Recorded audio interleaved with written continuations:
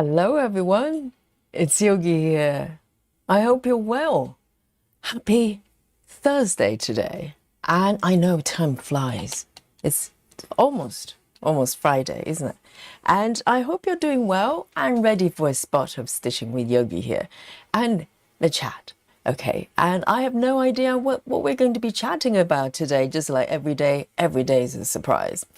And this one is probably not such a surprise. I've been working on it for a little while. So this is Little Cake Shop by Aimee Stewart. And so today is Aimee Stewart Day for me. And so this piece, I've been working on probably, this was probably one of my first Heaven and Earth projects. Definitely one of the first patterns I got from them. And it was back in 2022, the end of 22. And that was the beginning of my journey for the full coverage stitching. And it's been quite a ride here, So let me show you the markup, okay? It's absolutely beautiful. And I'm constantly surprised every time. You know, this piece has been with me since 2022, 23-ish. And every time I look at it, I'm just full of joy. And I'll show you why. Let me bring up the markup here for you. There's something about it. It's just so childlike and so innocent and so delicious about this piece. Every time I look at it, I'm just full of joy. And, you know, this is not the easiest patterns to stitch with. In fact, I think this is probably one of the most challenging ones, and because of the confetti. And some pieces, you know, this is full size. Okay, Heaven and Earth full size and max colors. And I have many other pieces. They're max colors as well, and the exact same spec. But this piece, as you can see just from the markup here, there are a lot of small items, really colorful, and they're everywhere, including the ceiling and the floor as well. So it's confetti everywhere. It's quite relentless, but it's so fun to do. But it does need a little bit of motivation, you know, and determination to do it, because sometimes, you know, you can ninja stitches everywhere. But I'm here for the challenge, okay? So today is one of those days as well. Some groundwork has to be done for this piece. And let me show you my progress here. Up to this point, okay? So from 2000, I would say, to be on the safe side, maybe from the very beginning of 2023, actually. So we're talking about maybe over 3 years, okay? And this is where I am. And have a look at this. So I started from upper left, okay? And, you know, it was also at this point I learned that you could start from the corners, because I always started from the center. That's how I was taught by Dimensions. And so I started from the upper left like a good girl and going through kind of various stitching methods. And this is where I am, okay? It might not look very much, but this piece genuinely is a challenging piece to stitch. So this is where I am. I've mostly gone through the ceiling, the walls. They're not a dull moment, okay? They're not plain walls, they're not plain ceilings, a lot going on there. And finally, you know, this year sometime, I got to the cake section, which is, you know, this is a cake shop, and it's taken me 3 years to get to the cakes. And but it's all worth it. It's all worth it. And let me show you the progress right here. Let's have a look. So currently, I'm slightly over 15%. Guys, it's not bad. 15% for a full-size piece, and so confetti as well. I'm not mad about that, okay? And this is also a max color, so the total number of colors is 2,238. And the max is normally 240. That's the max of the max colors. And I'm going to start my new sprint right here. Okay, I'm doing it. All right. And I try not to forget, because I'm always curious to find out how many stitches I'm stitching. When I'm stitching with you, when I'm stitching by myself, I forget counting altogether. So this is the counter I've got here for you, okay? And every day is a new day. Who knows? You know, recently, sometimes I get visits by Yomari, okay, which is my alter ego. And but not every day. Yesterday, I think Yomari was at home, you know, taking a nap. But today, I have no idea. And I'll tell you what I'm going to do today for this piece. But first of all, I want to say hello to all of you. And wonderful to have you here. And we have lovely Rajal. And Rajal says, hi Yogi and friends, happy Thursday. I missed your live went for quoting class yesterday. Miss enjoyment. How exciting to have quoting class as well. You're taking it really, really seriously, aren't you? Because most people, if they're learning to quote or new craft, they just watch YouTube videos. So Rajal is really taking it seriously and going for a class. I hope you had a great time. It's great of a new hobby. It's not like you know, don't have a lot of time stitching. And so wonderful, wonderful. And I hope you enjoy your class, and welcome back. Welcome back.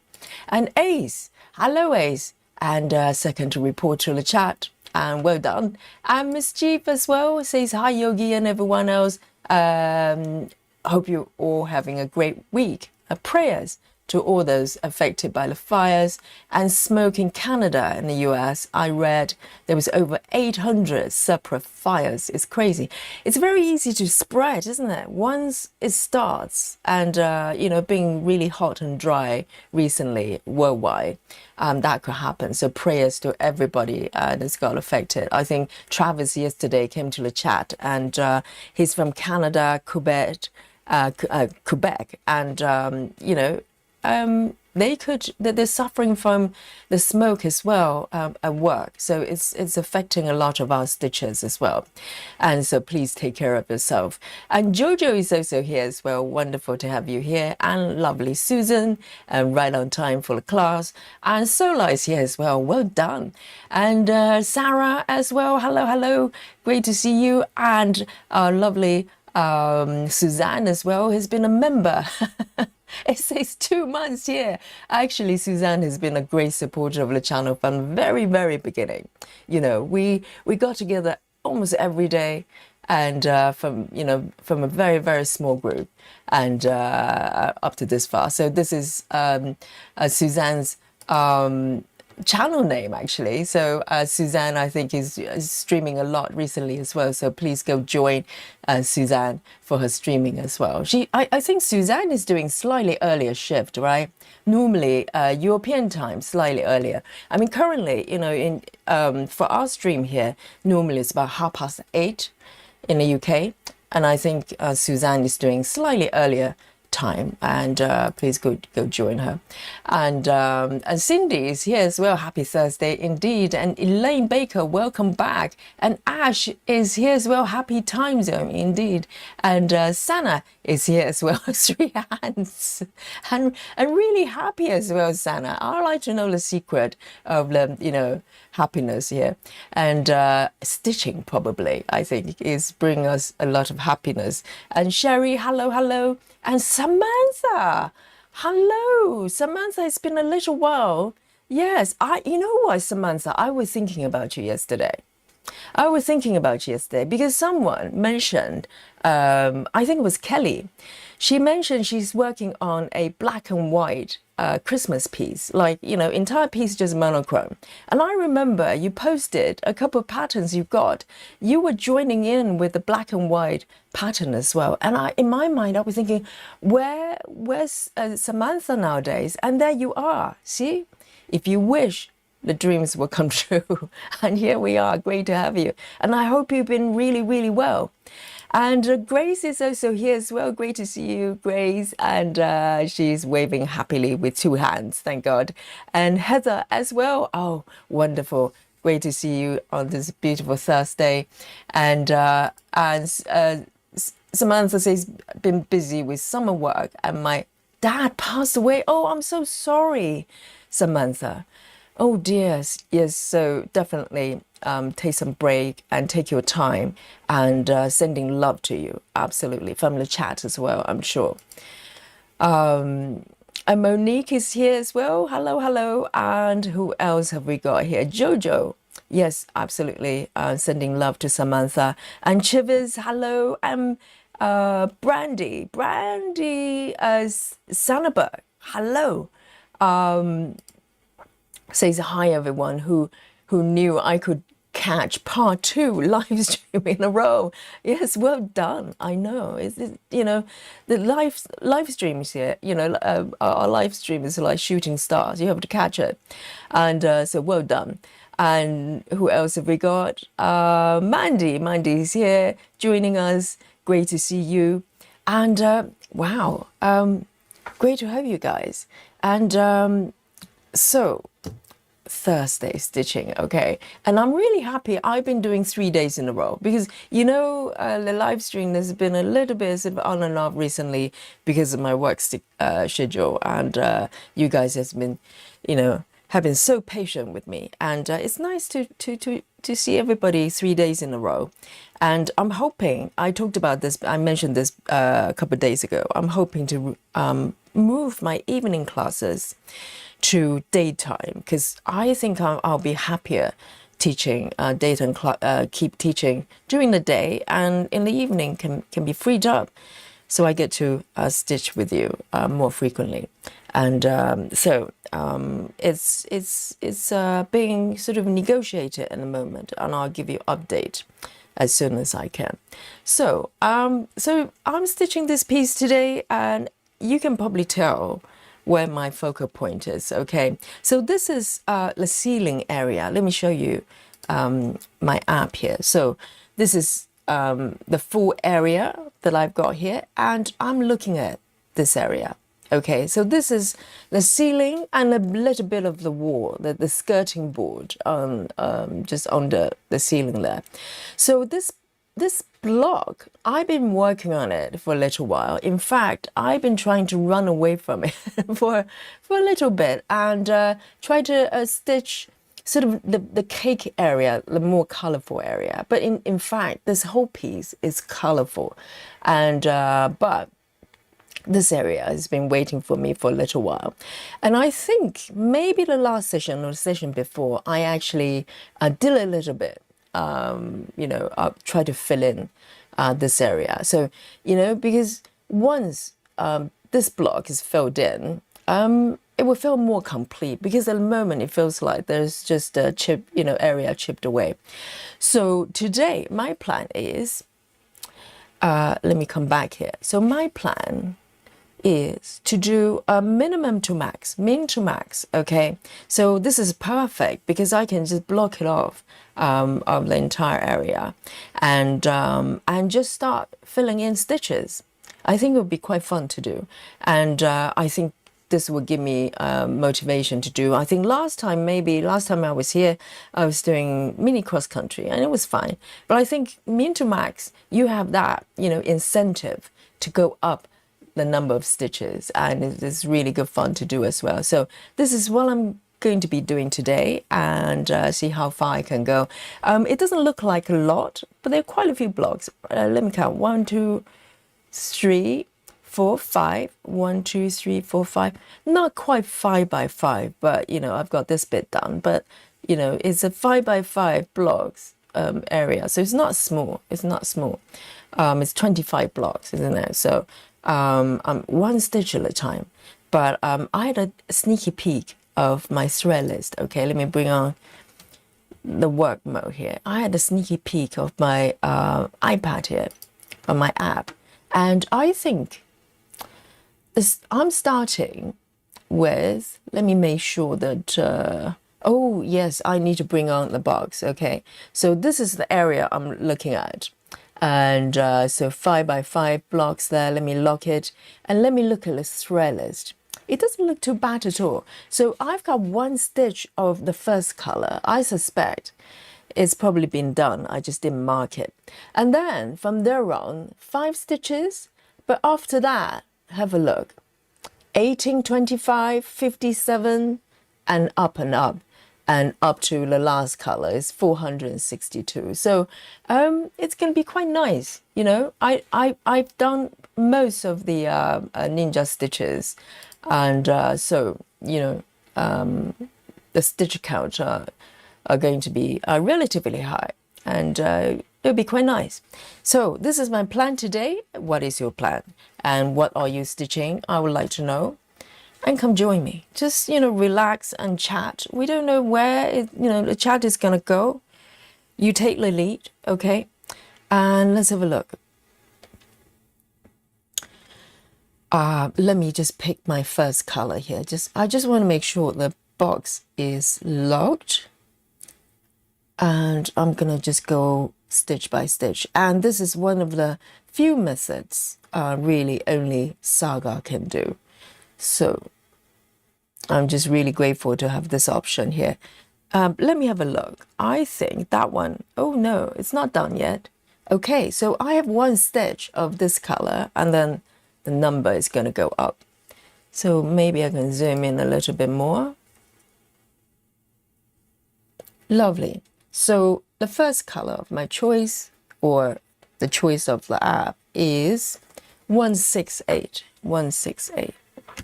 And today is not too bad. Today is relatively cool comparing to the previous few days. I mean, it's still quite warm. It's kind of borderline sweating here. But in comparison, for the last few days, it's okay. It's okay. It's doable. All right then. It's really hard to tell because I'm using pre-gridded. So this is 25 count, okay? 25 count even weave. And I'm using pre-gridded fabric. Can you see that this stitch, if you don't look carefully, you might think it's stitched because it's being grayed out as the, you know, part of the border. So sometimes pre-gridded fabric can be confusing. If you're stitching very subtle colors like gray, or like this one, which is kind of, yeah, it's kind of gray, you can't tell whether the stitch has been done yet sometimes. Okay, so one stitch, okay? Interesting start. Just one stitch.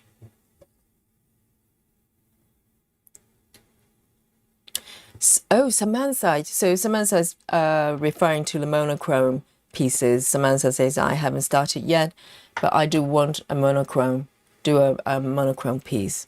Yes, it's kind of interesting. It's very different, isn't it? Only for really, really brave stitchers.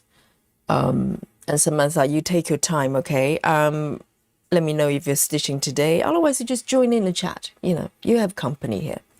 168. 168. And Suzanne says normally about 3:30 p.m. CEST time. I think is probably European time. Right, 3:30. And Suzanne has been very consistent, which is fantastic. This is what you need to do with streaming, because it's got a rhythm. If you're like me recently, on and off, it kind of disturbs that rhythm. But if you do it every day, then everything flows, right, Suzanne? I'm so happy you're enjoying it as well. And let's have a look. So next one, I've done this one, which is wonderful. One stitch only. Next one, 5 stitches. And it is 927. 927. And I've got my needle board as well, so it's quite quick. Over here.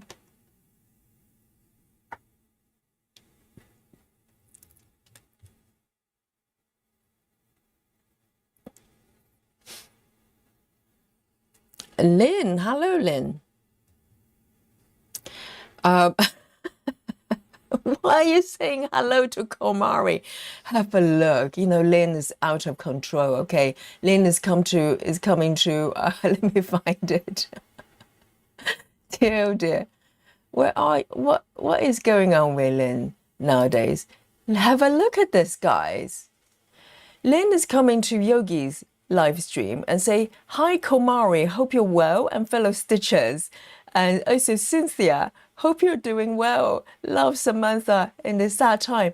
I think Lynn is so obsessed with Komari, and she's calling me Komari. It's like sometimes when you have, you know, your partner cheating and they're just calling you the wrong name. This is it, Lynn. You know, I'm being cheated. Oh, seriously, this is getting worse, isn't it? Susan is doing Prairie Schooler Christmas Village. So Susan is full on, you know, Christmas mode. Being called a wrong name. Dear, oh dear. How dare you? How dare you, Lynn?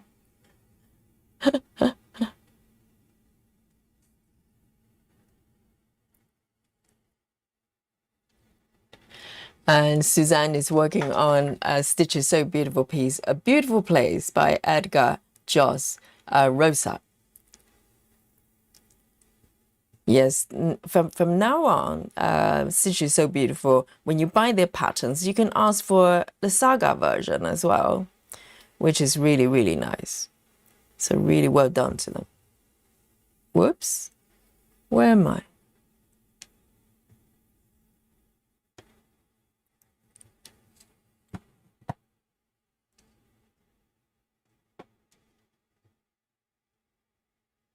Clara. Hello, Clara.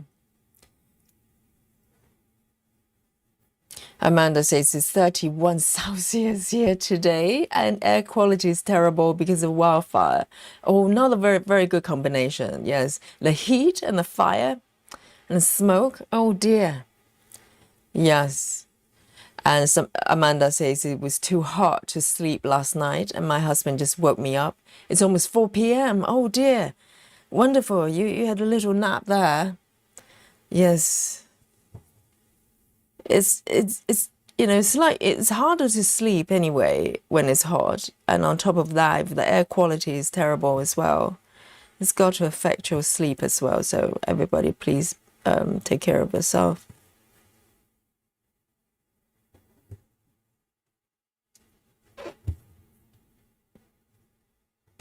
And there's one more, slightly far away. I just love these colors. They look so pretty. Just the combination of the colors are just so pretty.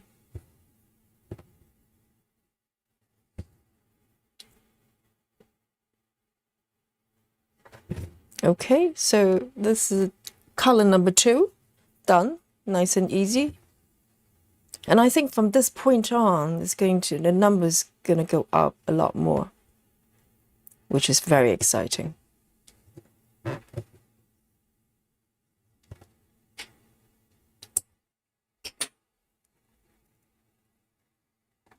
me find my little container there.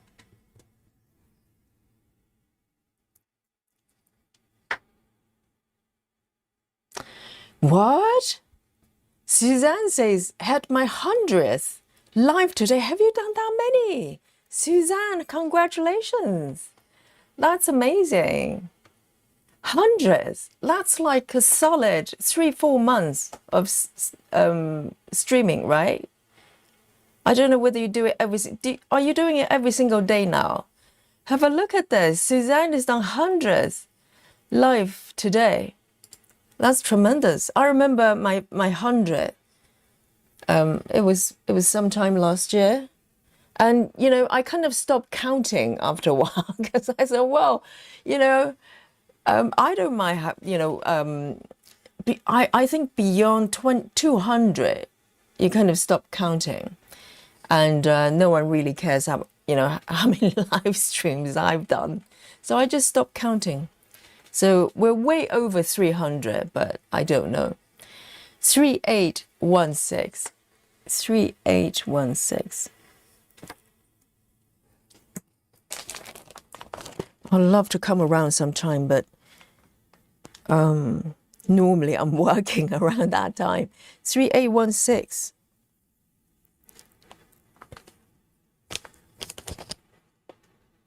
And Lynn, you're grounded, okay? There's a little corner there for you for cheating on Yogi and calling Yogi the wrong name. Janine, hello. You're not cheating on Yogi, are you, Janine?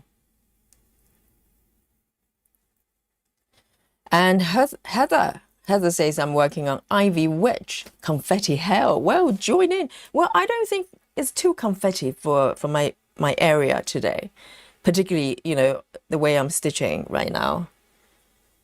This color, I've got 18 stitches, which is not too bad. I just need to make sure that I don't, stitch in the wrong place, because it's quite a large area, really. So I can get lost.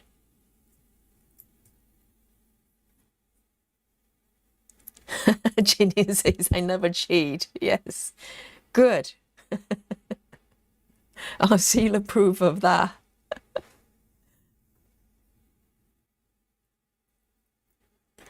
And Natty, hello. Natty says, this pattern scares me a lot. The confetti is ridiculous. Yes, I've got majority of my project from Heaven and Earth. They're all max colors, but this is probably the most relentless when it comes to confetti. So for sure, I think it varies quite a lot with from pattern to pattern. Just because it's max color, it doesn't mean it's necessarily that confetti. For instance, the Winter Reading Nook is quite friendly. It's not bad. It's not bad. You just never know. A mini doesn't mean it's not confetti either, so.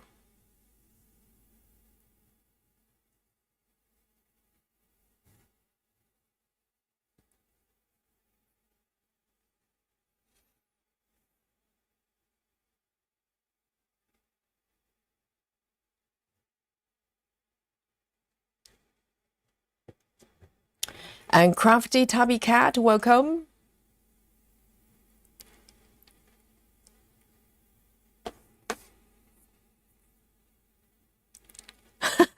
Ginny says, I think Lynn meant Yomari. Oh, you're being too kind, Jeanine. I think she, Lynn was calling me the wrong name because she loves Komari. She watches Komari while Yogi's streaming, okay? And she makes a point of telling Yogi that.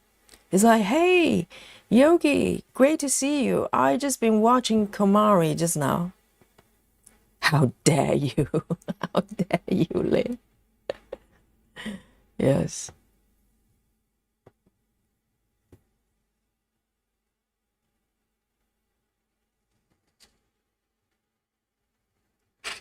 So 18 stitches for this one.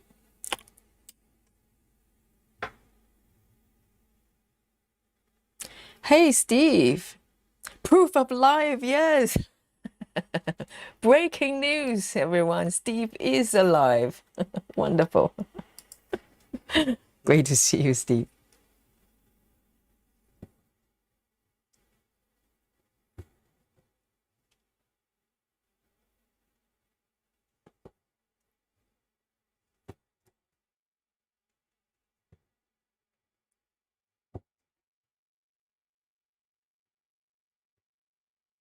And I think when you do min to max, in the very beginning, it's going to be super slow because you have to do, all the loose stitches here and there. And but once you get through the loose stitches, the ninja stitches, it starts to flow faster and faster. It's quite nice. It gives you that motivation to keep going.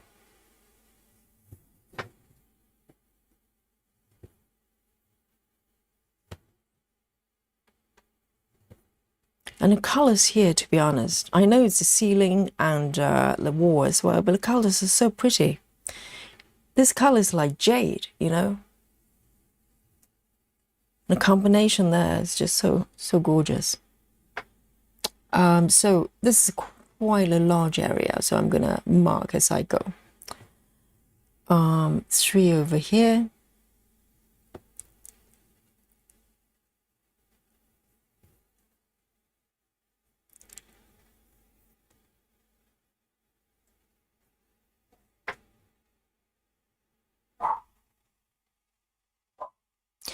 Jojo is asking, is there a way to reply to another chatter without typing their name?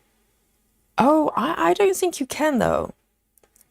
You can reference someone, like at someone, to get their attention, but I don't think you can just reply to it because this is, you know, live chat. It's not meant to be like a message board or anything like that. So I don't think you can. Because it's probably going to get convoluted, right? It's 3 over here.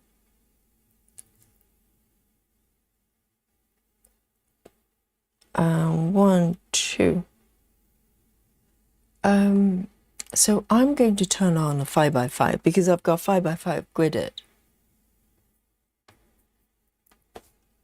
It's going to be a little bit easier.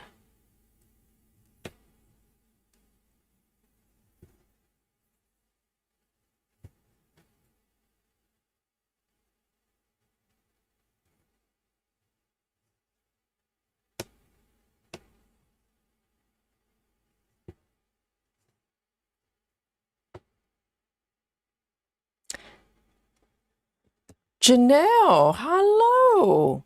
Well, you know, all the stitches I have not seen for a little while, they're coming back. Janelle from Australia is saying, I'm alive as well. Good morning. Yes, good morning to you, Janelle. I'm glad. Yes, all my favorite stitches, they're still alive. How nice. I need you here, okay? Stay alive, stay alive.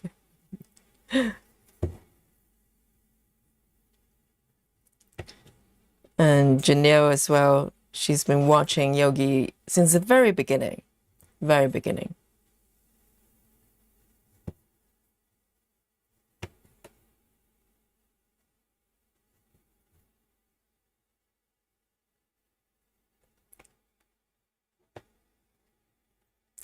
Hi, Travers. How's the air quality today, Travers? I hope this is getting a little bit better.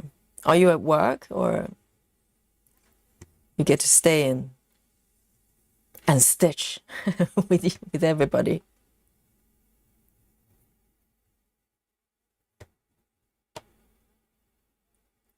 And I've got this done. Let me have a look. 1, 2, 3, 4, 5, 6. Okay, the last stitch here, I think. 1, 2, 3, 4, 5, 6. Wonderful.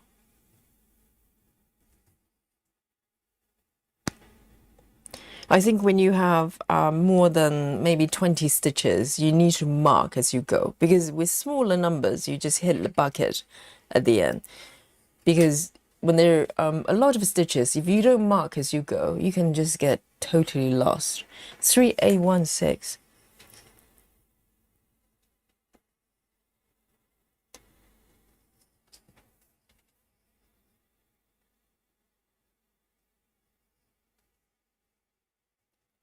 Jojo says, spent the last 3 days with my 93-year-old mother. I love her dearly, but came home for a mental health break and already had chocolate.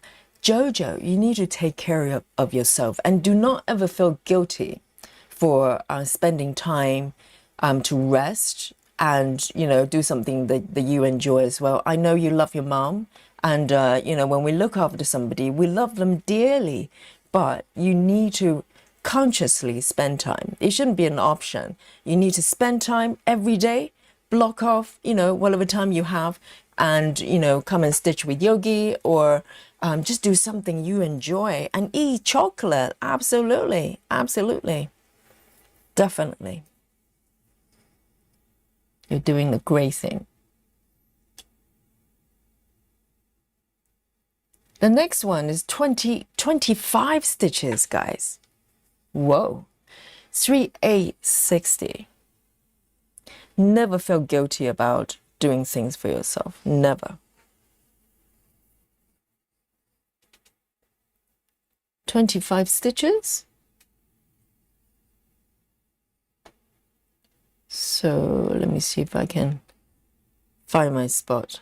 1, 2, 3, 4, 5. Oh, these ones I've already done. I just didn't mark them. Yes, I've done these ones. And over here, oh guys, these ones have been done. For some reason, I did not mark them on my chart. So today, the total number of stitches, you probably have to minus a few stitches. You have to minus, let me have a look. You have to minus about 25 stitches, because these are already done. That's very strange. I've already done this one. All right, I'm gonna mark it, okay? I think that's all that is. So today's total number will be whatever number minus 25 stitches. Full transparency, okay, guys? 21, okay? No, not 21, 3/860, 3/860. This is quite curious. I don't know why I did it and didn't mark it. Okay, so I'm gonna hit the bucket for this one. Next one, 28 stitches. 28. I'm very excited. It's like a game that you play with it, So before you know it, just you've done a whole bunch of stitches. 28, and the number is 3/817. 3/817. 3/817. Let me take a sip of my coffee. 3/817.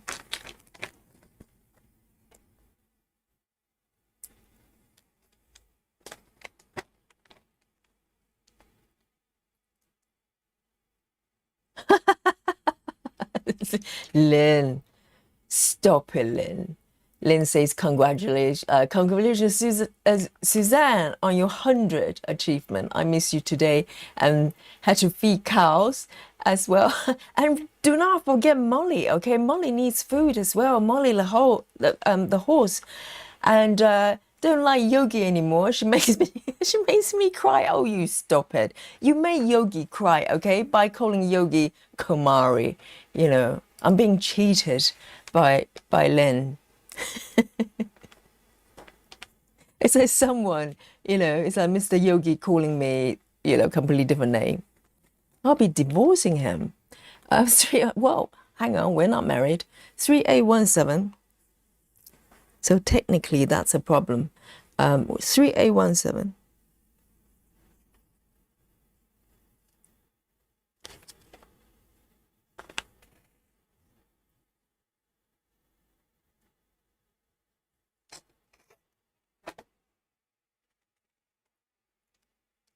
And Rachel, hello, Rachel. Janelle says it's reunion time. I know. If I don't see you, I just don't know what happened. Either, you kind of stop stitching or get busy, or maybe, you just don't like Yogi anymore. And I'm going to cry. I'm going to join Lynn. Have a good cry.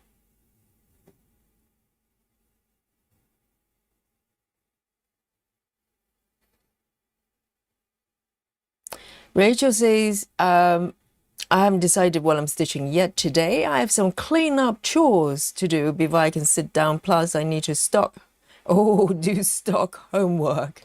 Riveting, yes. I mean,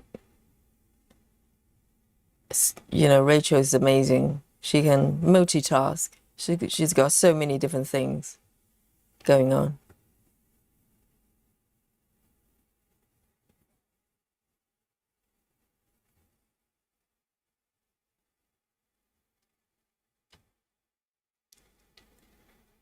And Daria is here in the chat as well. Says, hello, Yogi and Stitchy friends. Happy Stitchy Day, indeed. Great to see you.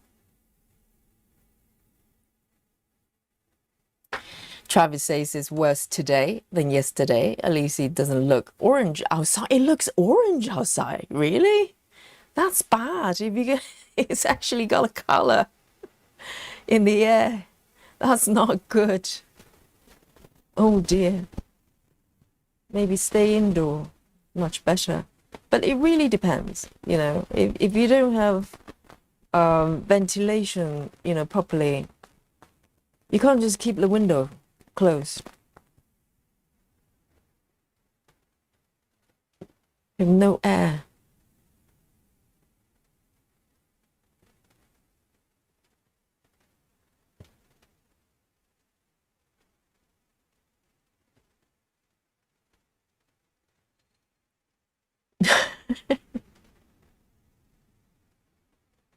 Janine says the sky was yellow last night in Aimee, is it Massachusetts?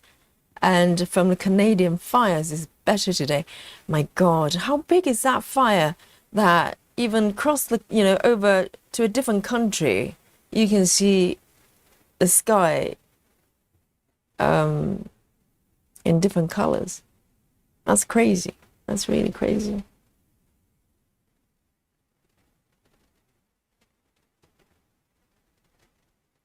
Jojo says, did you work out the cake shop during your 1982 paper days and forgot to mark the stitches in Saga?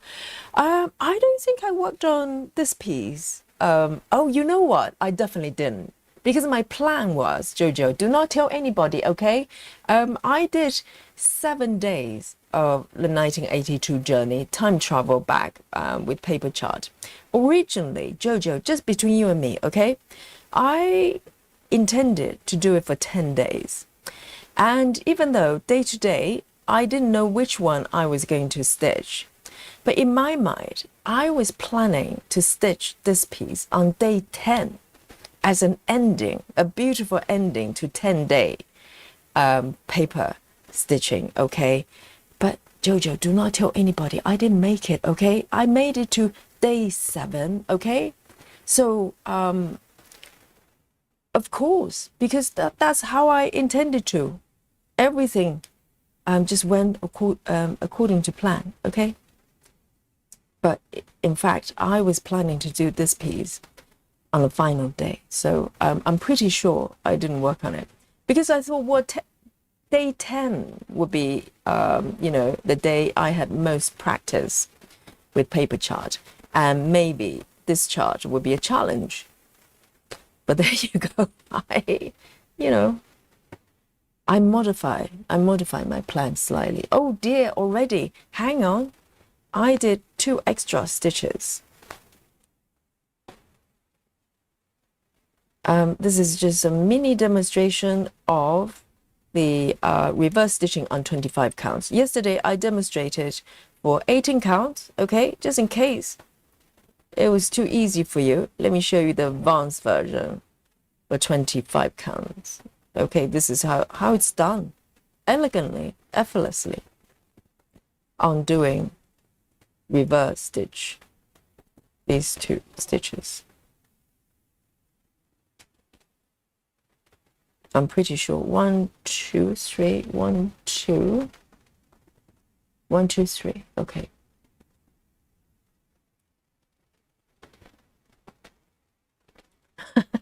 Lynn, stop crying. You know I love you, Lynn. You know that. That's why I'm jealous.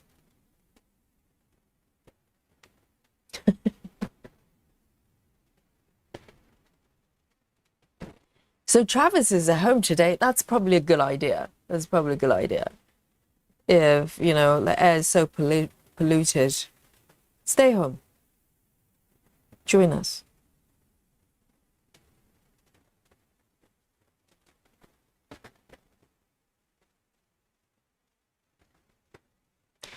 Lynn says, Jojo, always have a few minutes for yourself. I did it for my auntie.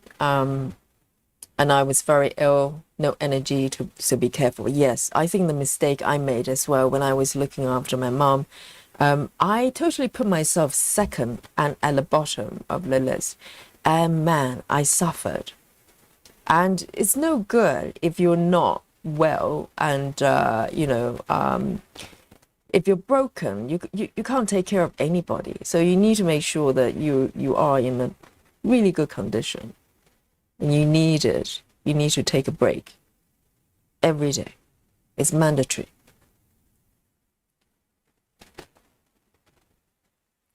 Monique says it was orange outside all day yesterday as well. Oh dear.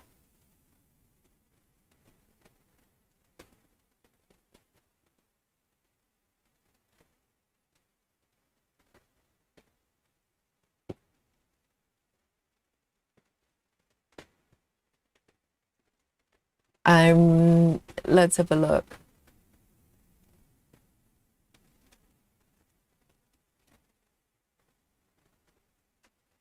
Oh dear, Travis says it looks like an apocalypse movie. I know,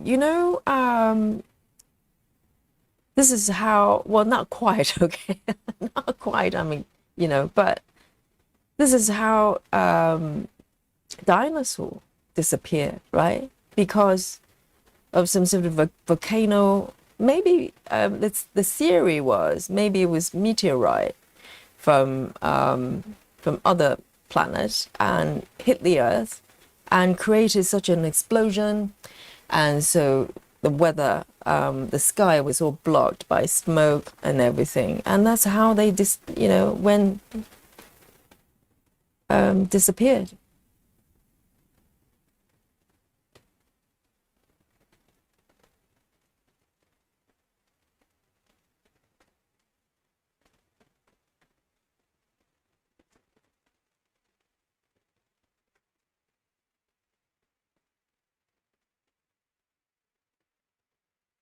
Rachel says I need a winning lottery ticket so I can retire.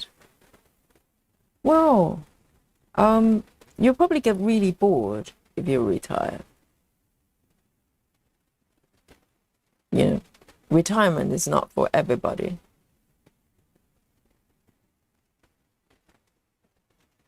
And it sounds like a nice idea, but I don't think our body, humans are, I don't think we're made to relax at all time.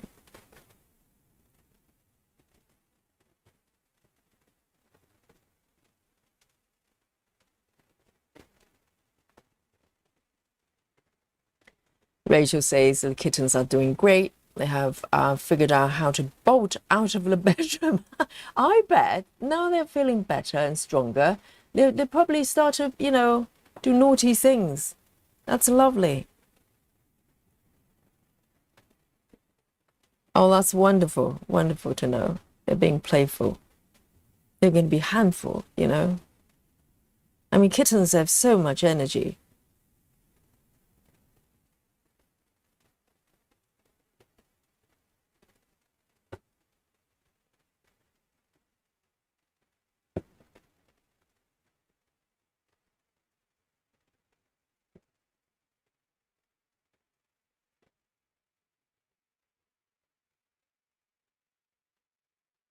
You're welcome, Jojo.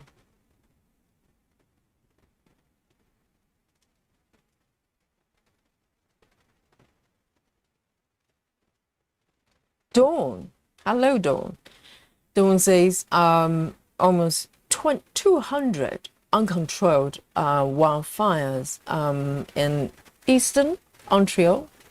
Our air was orange as well yesterday and looked like it was evening all day. That's terrible. So it's all dust and everything. So what is the sort of official policy from, I don't know, maybe from the government or whatever, what do they advise people to do? Do they tell people to stay in, or what do you do? What can you do? I think it's probably more like, I mean, when it comes to, air quality, I mean, you can wear a mask, but is it a good idea to even leave the house?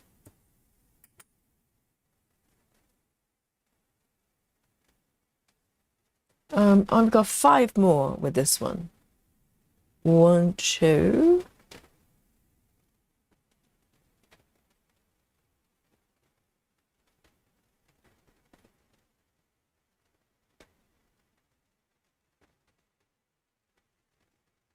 Jojo says retirement is not boring. I barely have enough time to do the things I want to do. Exactly. So Jojo, retirement actually is suitable for Jojo, because Jojo has a lot of things, you want to do.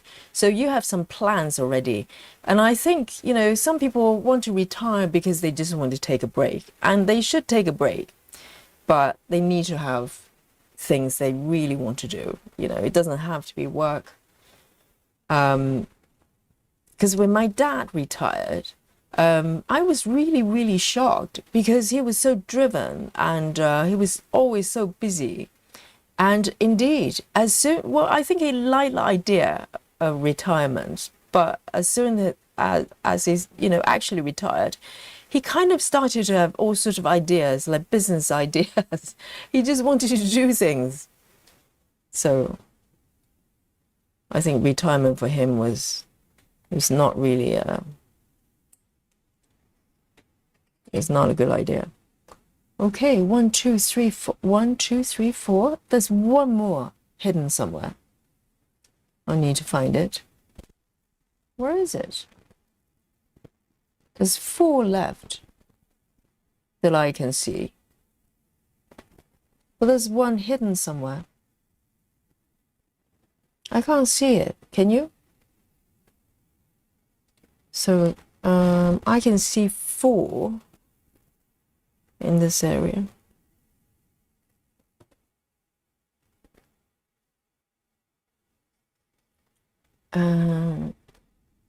There's one more. Where is it? I can't see it.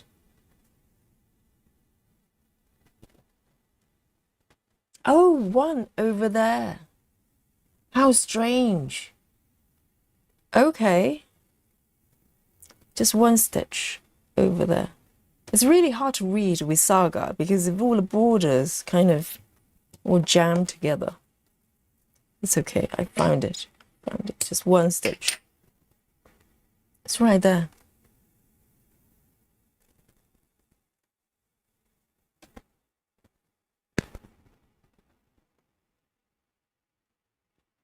Rachel says, I want to spend all day on my hobbies. That's what I meant. Yes, I think if you have things you really want to do and work is kind of getting in the way sometimes. Susan says retirement is great. Yes, because Susan is always busy doing something. But I think my point is, some people think, retirement is just be able to sit by the beach, by the pool all day, drinking, cocktails. That is, eventually you're probably going to get really bored. So it doesn't matter, whether you retire or not. You just need to have things that you really want to do every day.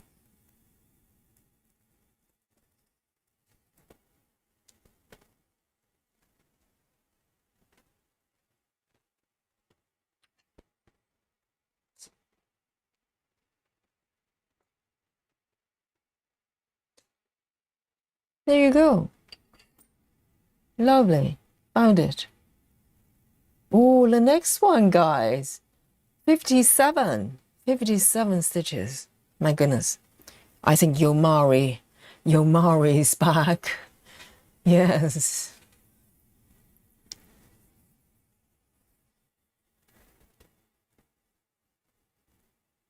Steve says, if you guys want a great kitten show, you should watch Queen of Scans latest video. She's knitting with half a dozen of kittens around her doing kitten things. I remember a lady, I think Steve introduced a lady, and she came to one of the streams quite a while ago, actually. I remember that. And I remember checking out her videos, and she's got kittens. Really, really nice. Really, really nice. Indeed. Let me find my next color.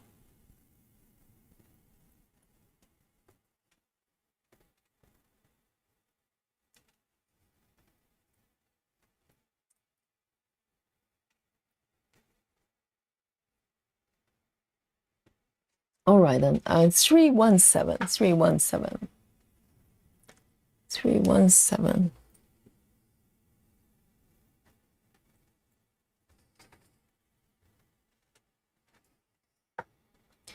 Dawn says there are air quality warnings. The government recommends if you don't have to go outside to stay home, and outside smells like big campfire. Oh, so that's what it smells like. Yes, I can imagine that. I can imagine that.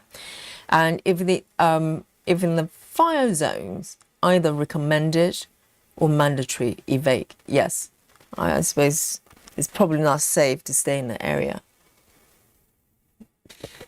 But I wonder about pets. You know, if you have to evacuate, what happens to cats and dogs? You know, if you take them somewhere, they need to have a place as well. If you stay in a hotel or something, it's going to be very tricky. Oh dear.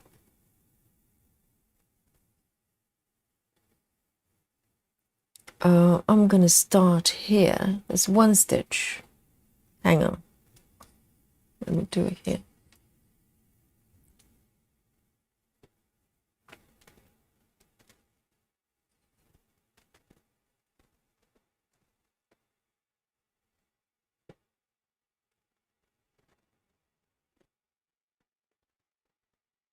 Janine says, I love to retire and sit at home and stitch when I want. I'm counting down the years. Well, Janine's only 12. It's going to be for, you know, for a little while.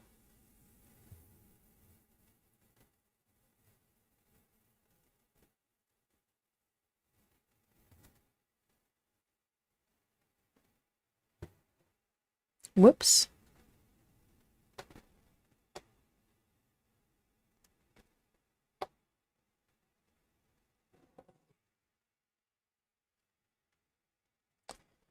Heather says, I've been retired for 15 years and I'm always busy quoting, knitting, stitching, and trying new recipes. Love it. That's wonderful. So, you know, retirement is perfect. I think retirement for people like, you know, Heather and maybe quite a few of you here, it's not really retirement. It's more of a moving from doing something to earn a living versus, you know, doing something you really, really love. So you're not really retiring. You're just freeing up time and space to do what you really want to do.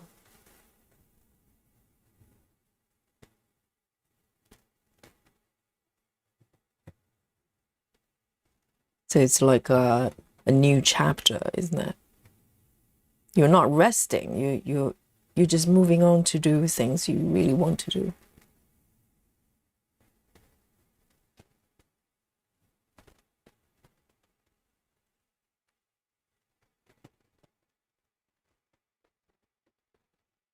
Ginny says none of us will ever be bored with multiple webs we have, and also with Janine as well, a lot of phantom projects, you know.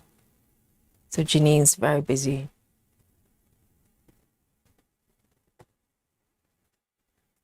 Jojo says, Yogi, you're right. You have to keep busy, and most important, keep moving. I just start my day at 4:45 at the community pool and walk the puppy before it's too hot, and that leaves the rest of the day for hobbies. That's wonderful. Absolutely. Yes, I'm not sure about starting that early.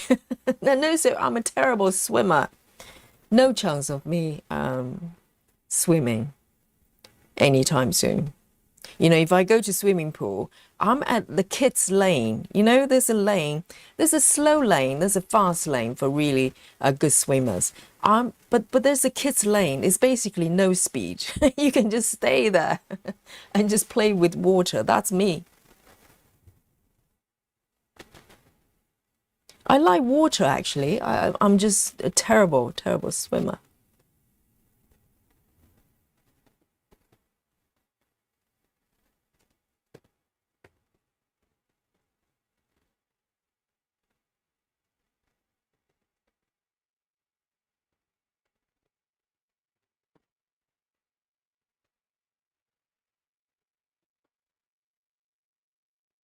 Elaine says, I've been retired for 15 years. The key is to stay active and keep your mind exercised and don't sit and vegetate. Absolutely, absolutely. And that probably applies to the time, even if you're not retired yet, okay? It's that probably applies to everybody, you know, because sometimes, particularly if you have a job that you don't totally, you're not totally enjoying, you're doing it, you know, for a paycheck, etc. Sometimes we have to do that from time to time, but you just need to have that element of your life that you love. So it makes, you know, the more mundane part of the life a lot more workable. Because time is so precious, you know, it doesn't matter what you're doing. You don't want to waste a moment feeling kind of, you know, you just want to get through it. It's such a shame, isn't it?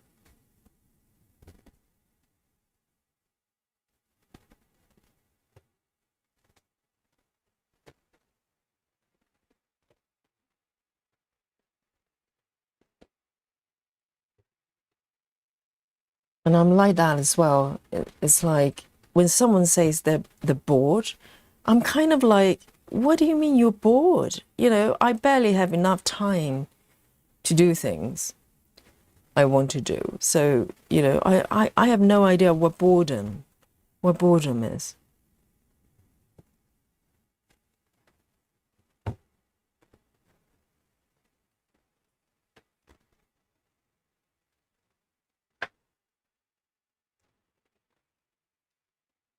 Janine says, my cat is mad at me. I found a flea on him last night and put a collar on him today. He was not happy. How does his cat get fleas? Yes, they can get fleas even if they never leave the house because there are many different sources. But the thing is, depending on the age of the cats, most cats, they kind of grow out of it.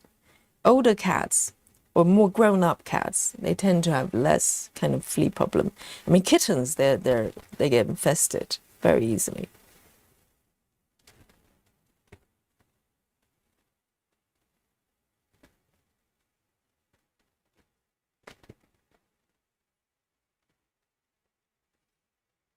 Ah, Dawn says most people take their pets when they're running away. Yes, I'm sure. Yes, I'm just thinking whether the sort of government or wherever they are actually help them to do it rather than just allowing people to, you know, leave them to figure it out.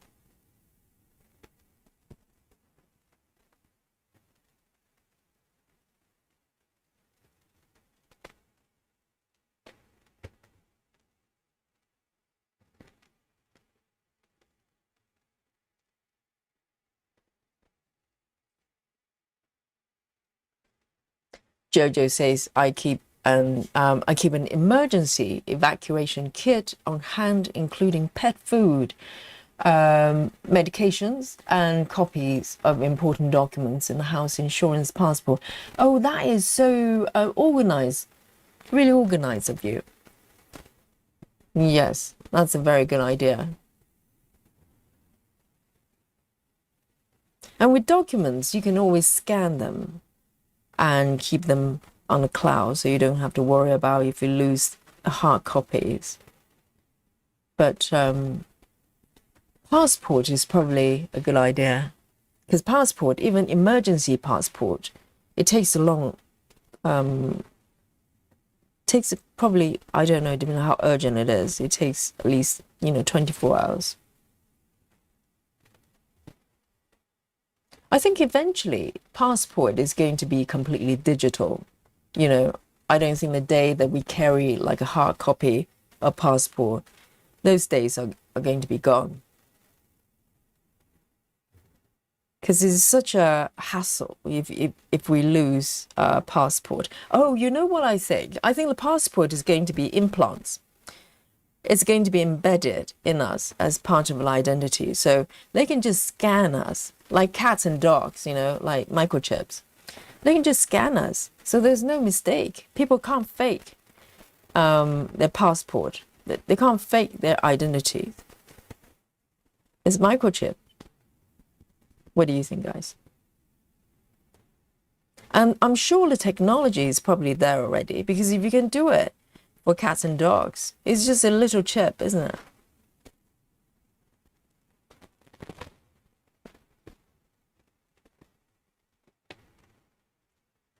Never lose your passport.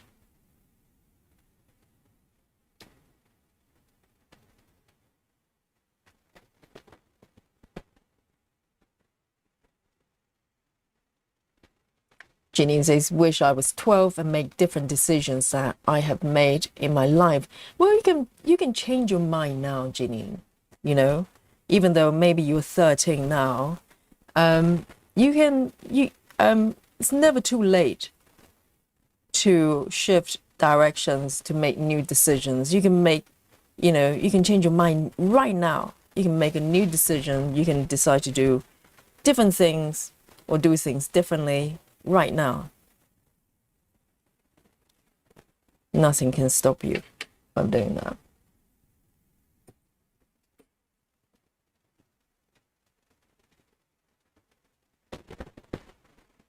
I've got 34 stitches.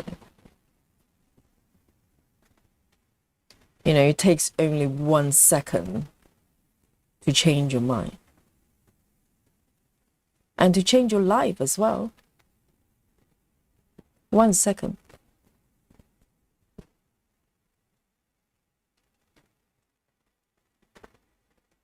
Ginny says, I used to get extremely bored before I found cross stitch. Well, surely there are other things Janine would like to do.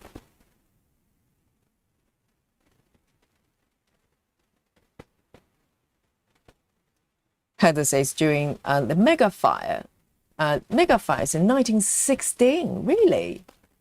Okay, and Heather says my daughter and granddaughter were evacuated for 3 weeks and didn't know from day to day if they has a home to return to. Yes, that's got to be really difficult, because if you're lucky, you're safe, from the natural disaster. But worrying about whether you have a physical home to go back to is it's got to be quite stressful. I know. Luckily, I'm London. There isn't sort of major disaster. There terrorism, terrorism. Yes, slightly different kind of situation, but natural disaster goes not too bad, not too bad.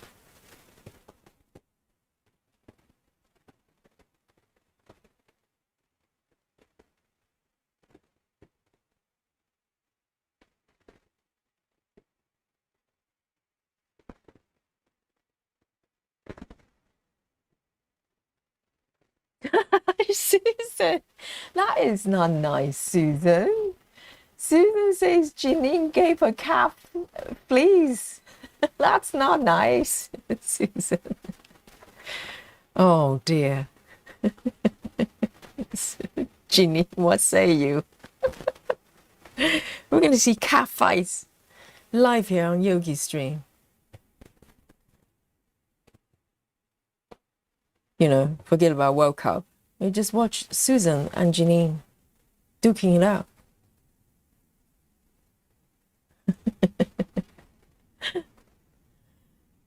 Suzanne says, I don't think I've ever been bored unless I work. I think I know what you mean. I think when, work is a different thing because we work for sometimes,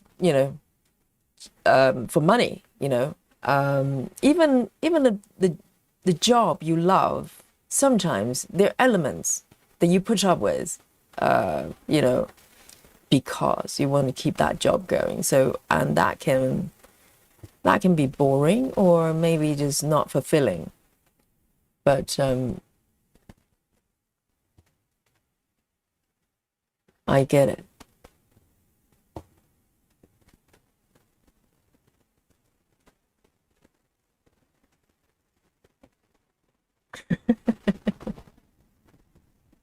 Ginny says Susan used to be my friend. I know. You're in the same camp when it comes to kale. And now look at you. You're not besties anymore.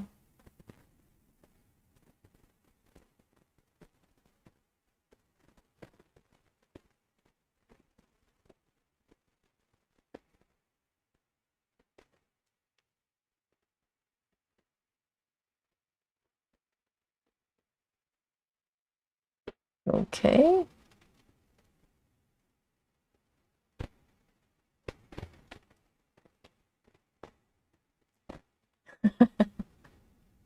Mandy says, I'm not having no microchip.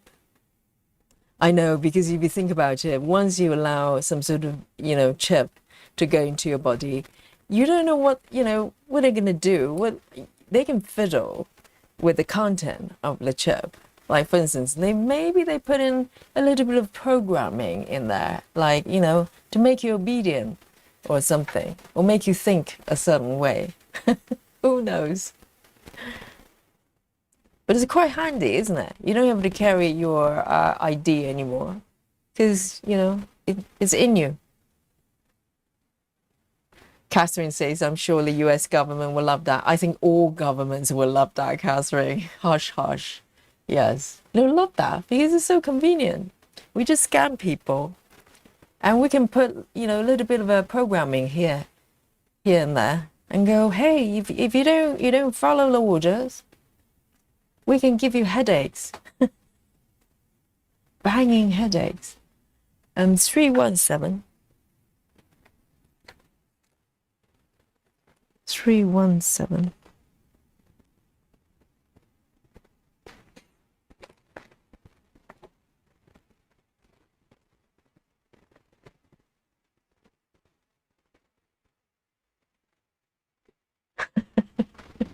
Blame Walmart. Too late, Susan.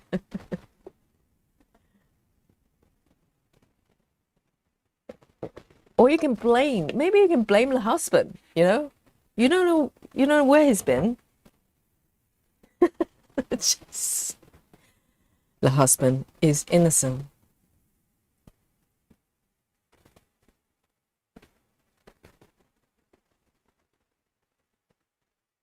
All right, 317. I've got 23 stitches to go.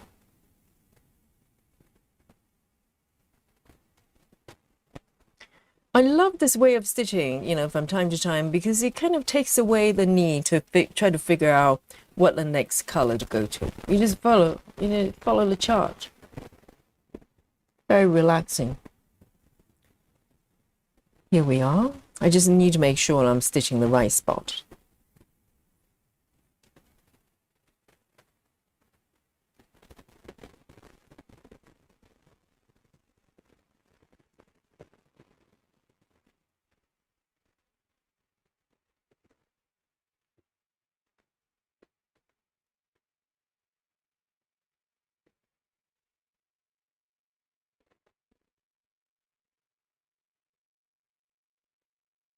Rachel says George Orwell's 1984. I've never read a book or watched the movie or seen the movie. I'm aware of the book and also kind of a gist of what it is. I've never seen the movie.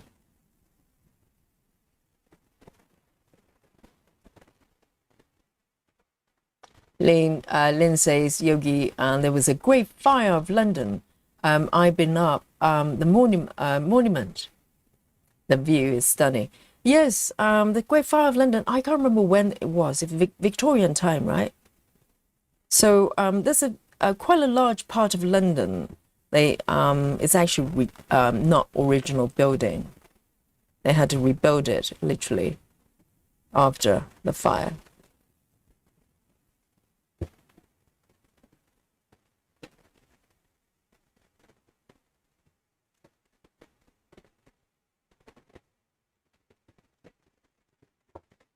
And I can't remember how it happened.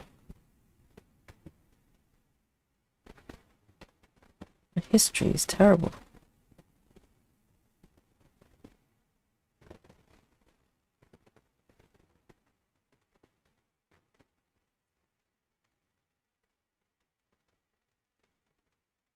Oh, interesting. Grace Hudson says, I might consider it if the chip reverses aging. Yeah, maybe they can do that. You know, a little bit fiddling of the chips. And Grace is like 18, you know?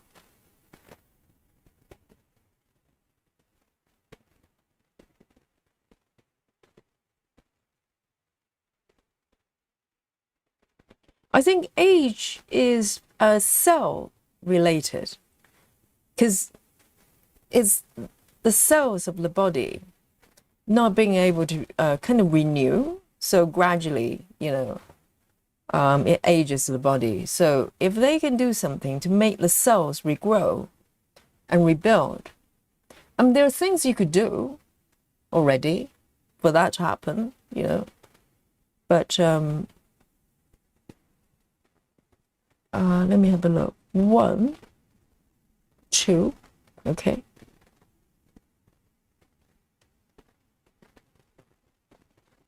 Because, you know, the cells of the body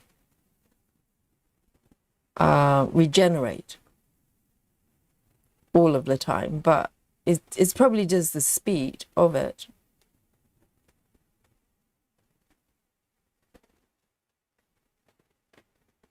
Let me make sure this is correct.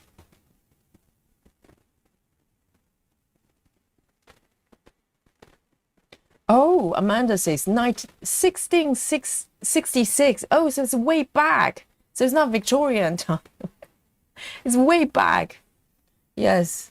And do you guys know how it happened? It's not someone you know, making toasts in a kitchen and just caused the great fire. I bet it was probably something quite trivial.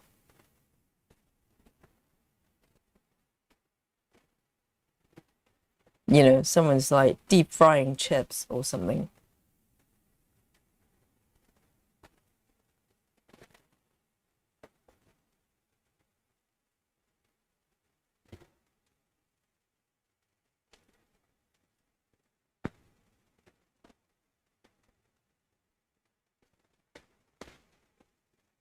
And Kazat is here in the chat, says, hi all, not stitching yet, but the company is always nice. Exactly, just join in.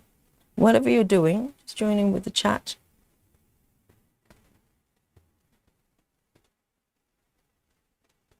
We're talking about microchipping human beings. What say you?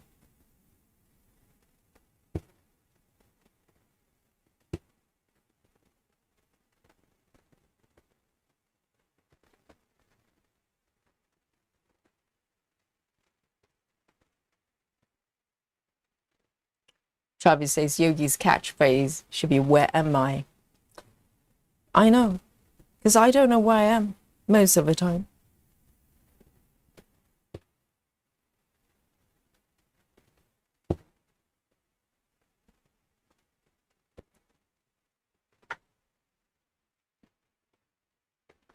Oh, Amanda says it started in the bakery. I knew it's got to be something really mundane. You know, it's nothing like spectacular. It's always someone like burning toast or something. And lo and behold, the whole city was on fire.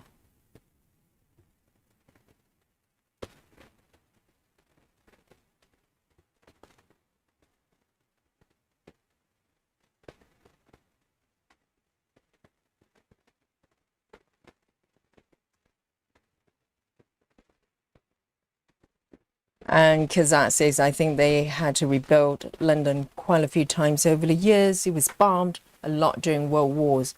Yes, that's a little bit more recent. Yes.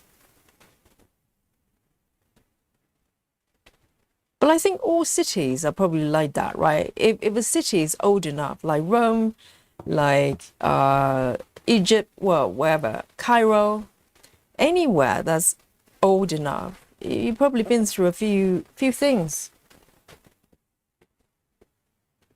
You know, fire or war, whatever, natural disasters, earthquake.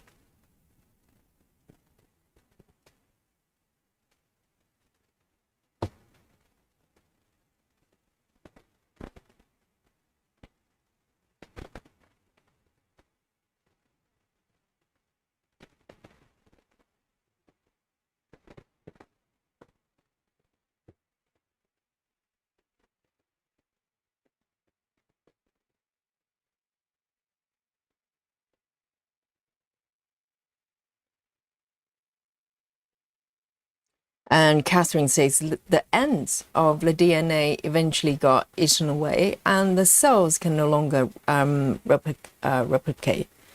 Yes, I was watching a podcast of somebody who studies human aging process. What's his name? David Sinclair, I think. I think there's something, that there's one element of the cells. Is it cells or DNA? And it gets shorter. So if we can make it longer, then we get younger again. Something like that. I butchered that, I'm pretty sure. But you get a gist.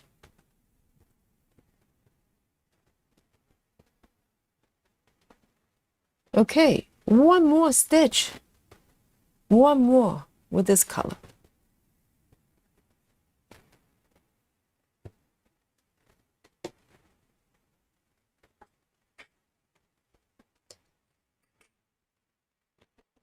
And it's right here.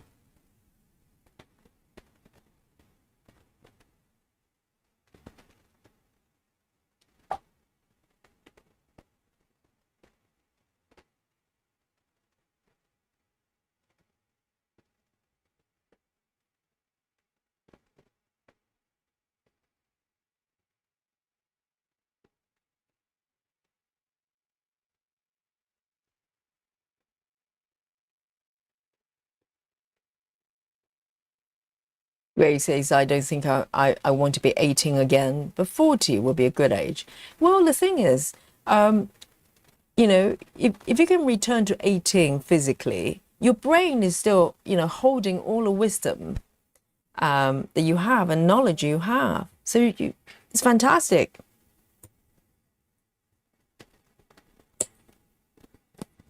You don't lose your, you know, knowledge just because you go, you know, go back to 18 physically. 317.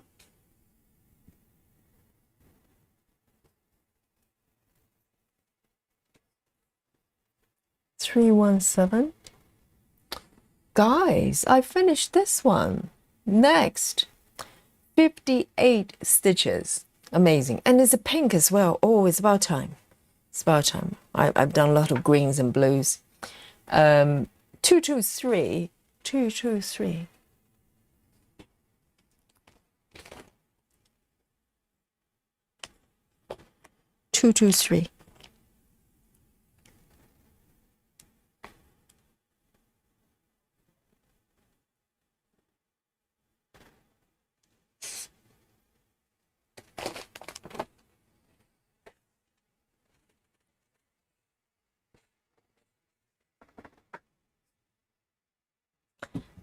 Miss Mischief says the government would definitely program the chips to make us want to work 10 or 12 hours a day, 6 days a week, and not even want to retire. Yes, and also say yes to everything they tell you, right? To be obedient and work like an, you know, like a fiend. I know, wouldn't that be nice?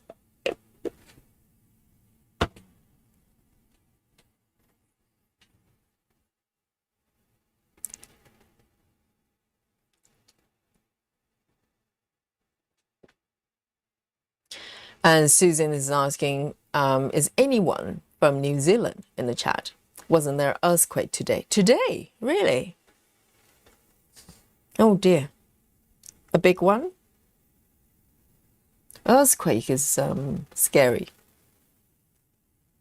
You don't even have time to run, do you? It just hit you. Oh, that one. Hang on. I've got a few more stitches here already done, but not marked.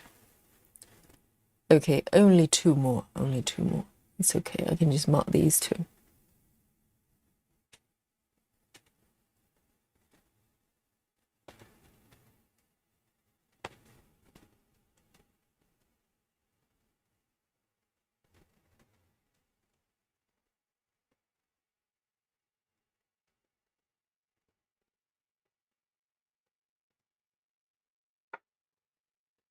Oh, that's the term telomere or something like that. Can replace the ends, according to Catherine.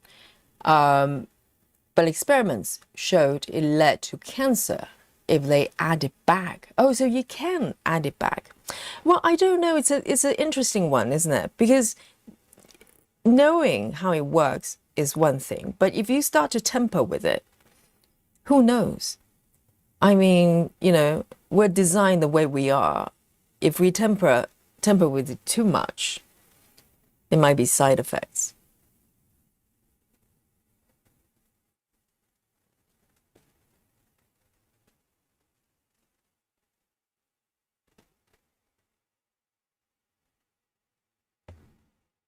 But I think, if I remember correctly, David Sinclair, the doctor, is also talking about what I think is quite valid, which is he's talking about health span rather than lifespan, because there's no point having a long life if you're in pain all the time and you can't walk or you can't do normal things. You can't function normally. So it's more about the quality of life rather than the length. Of course, we like it to be long, right? Because then we can be around for longer. But it's also the quality of it as well. And it comes from doing other things, exercise, leading a good lifestyle, and be happy. Stress is probably the worst thing you can do to your body.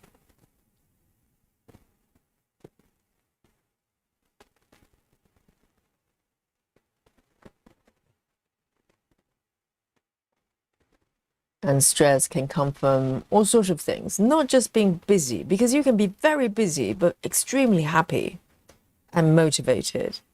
And stress can come from boredom as well. So it's about finding things you love doing and feel fulfilled, meaningful. That's the most important thing. I think if you feel like you're on your path to live the life you're meant to live on this planet, then you're not stressed. There's no reason to be stressed.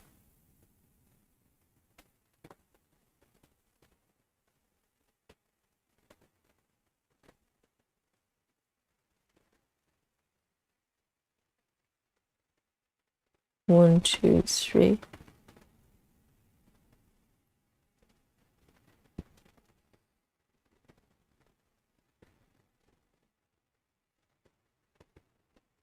Keza says, surely this is where all good zombie movies start. Indeed. Sybil says the local fairgrounds turned into evacuation shelter for the horses for wildfires in California. Really? Oh dear. Fairgrounds. Because it's like open space, isn't it? But what about air as well? Because animals, they can't stay indoor. And if the air is terrible, they're going to be suffering as well. Oh dear.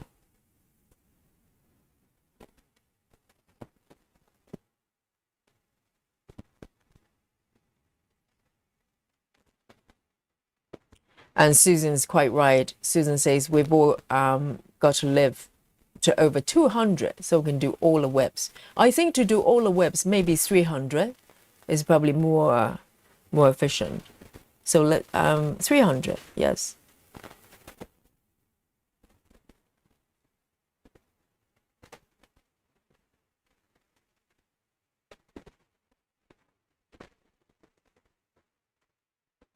Yes, because that says you have 200 years, surely we will find more webs to fill it. I know, I was thinking the same because currently, based on the calculation, Susan needs 200, but it's not like that. The number of webs stay static. It grows every year.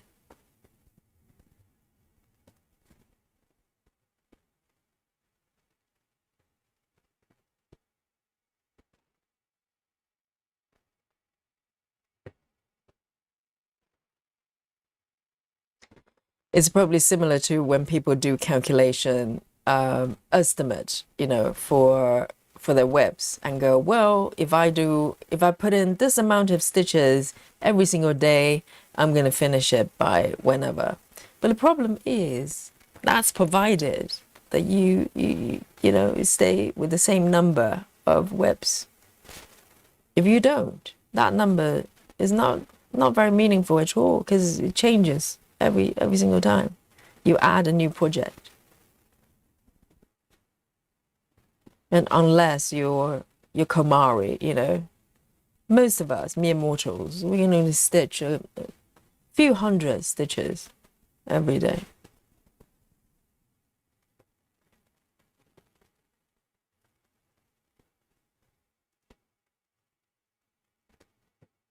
And in my case, 200.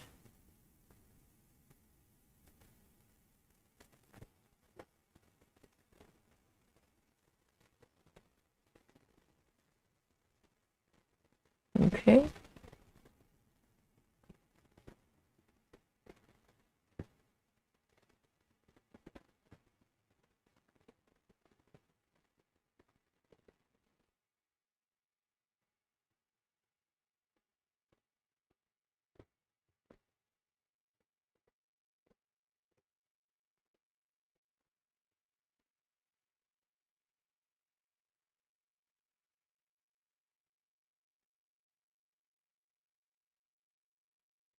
One, two, three.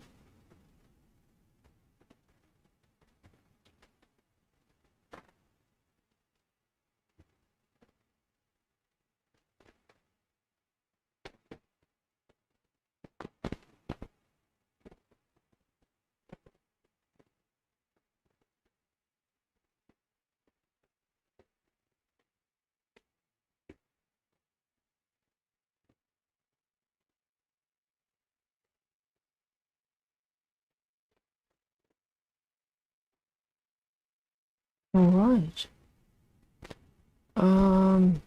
Where shall I go? One, two. Got to be very careful because it's quite a vast area.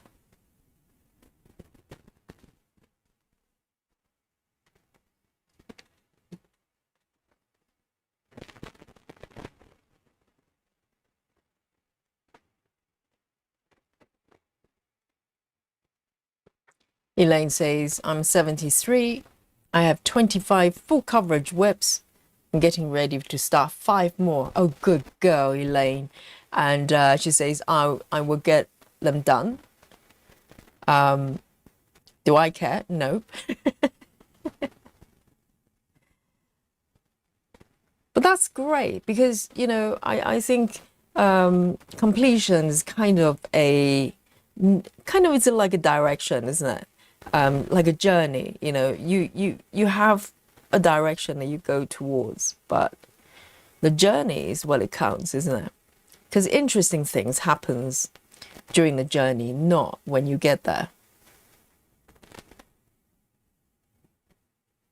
But you need to have a direction, so you have motivation.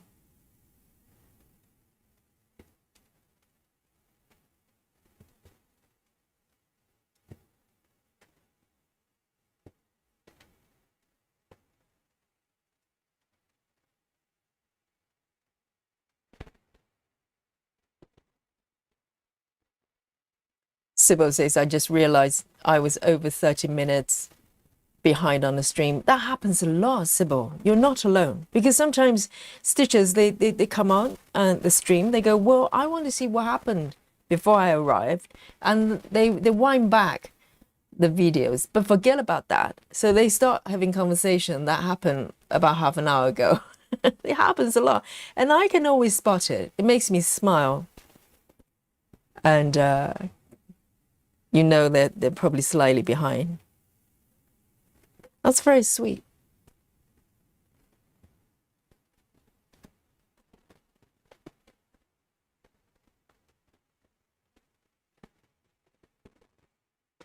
Whoops.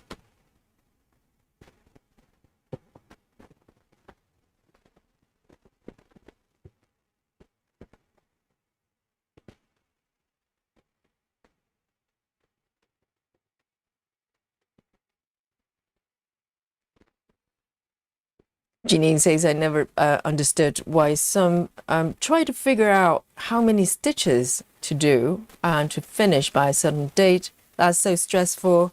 Only someone like Gemma could do that because she has like 2 or 3 whips.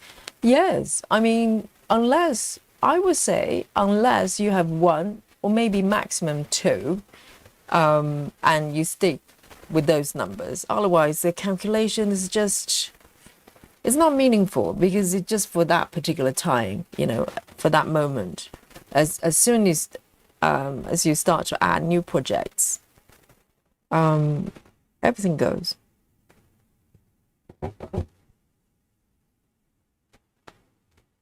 I don't know, you know, before I discovered Pattern Keeper, before I discovered the apps, I never even crossed my mind that I would count stitches. That just seems so strange. Why would you count the number of stitches? You just stitch, right? And you can see the things happening, so you know you've been stitching. That's it. But I think the introduction of apps like Pattern Keeper, even in the very beginning when I got the Pattern Keeper and realized there's a feature that you can count stitches, I actually turned it off because you can hide it, can't you? Because I thought, why would I ever want to do that? That's so weird. And lo and behold, I'm counting stitches every day. Well, to be honest, if I was stitching by myself, I probably just forget to do it. I never look. I never try to check, you know, how many stitches I've done, etc. Because why do I care? It's kind of interesting to find out roughly, just to figure out how slow I actually am. But otherwise, you know, why does it matter?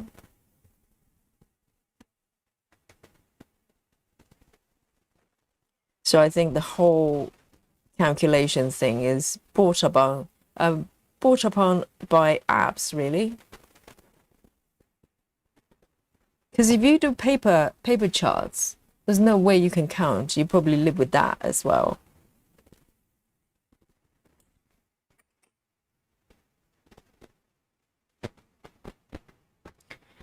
Travis says, this talk about journey reminds me of a quote from a favorite book of mine. Life before death, strength before weakness, journey before destination. Absolutely. Yes, that's a great title. You know, there's no death if there's no life. Because I think this world in general, okay, it works in polarities. So you have one side, you have the other side. You have front, you have back, you have up, you have down, you have, you know, you get a gist. And so everything has the other side. And living forever has to have the other side. So maybe that's why, you know, permanent, sort of infinite life is not something that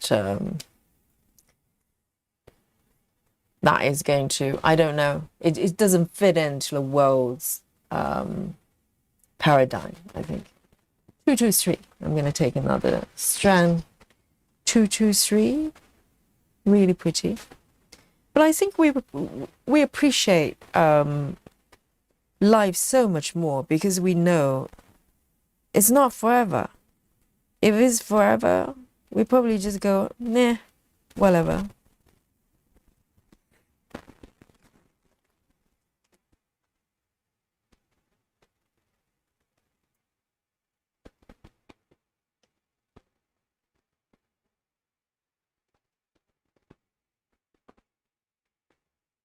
Monique says, I thought it was strange too, Yogi. I never uh, thought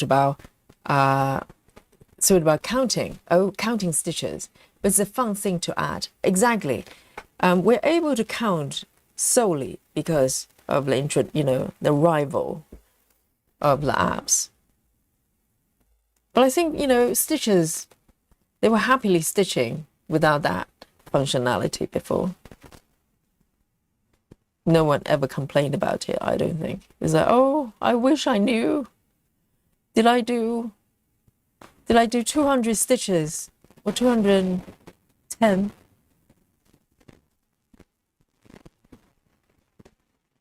And I think because of the fact that we're able to count stitches, it kind of adds an element of competition as well, because nowadays we talk about who can stitch faster. That kind of conversation probably didn't exist until something like Pattern Keeper came along, because there's just no way, you can probably gauge someone being quite fast by looking at at the weight they stitch. Maybe they're just very efficient, but you can't really have a hard number to compare.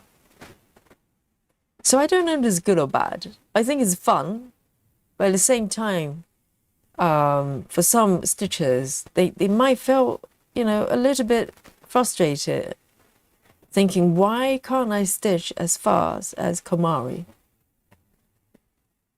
Which never troubles me. But, maybe for some stitchers.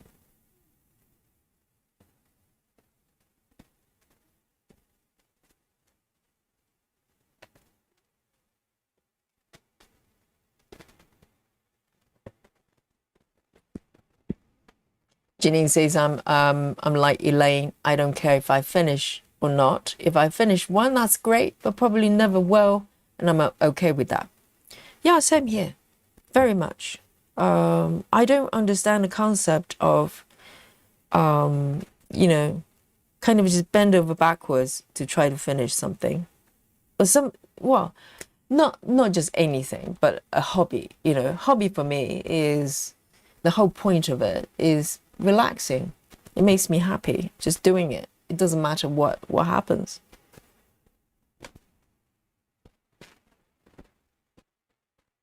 I mean, the fun part is this, one stitch at a time and watching stitches being built up. That's it. That's fun. And if it ends up looking like something, it's nice. But, beyond that, not really.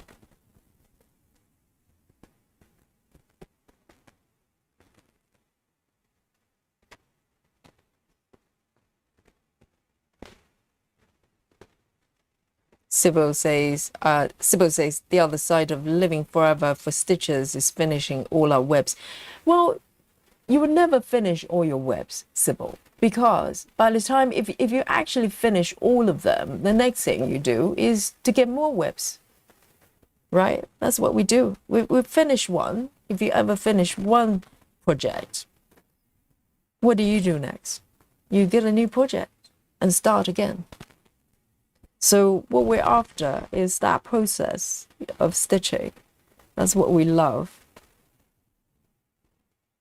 So even if you finish one project, you're not done. You keep going.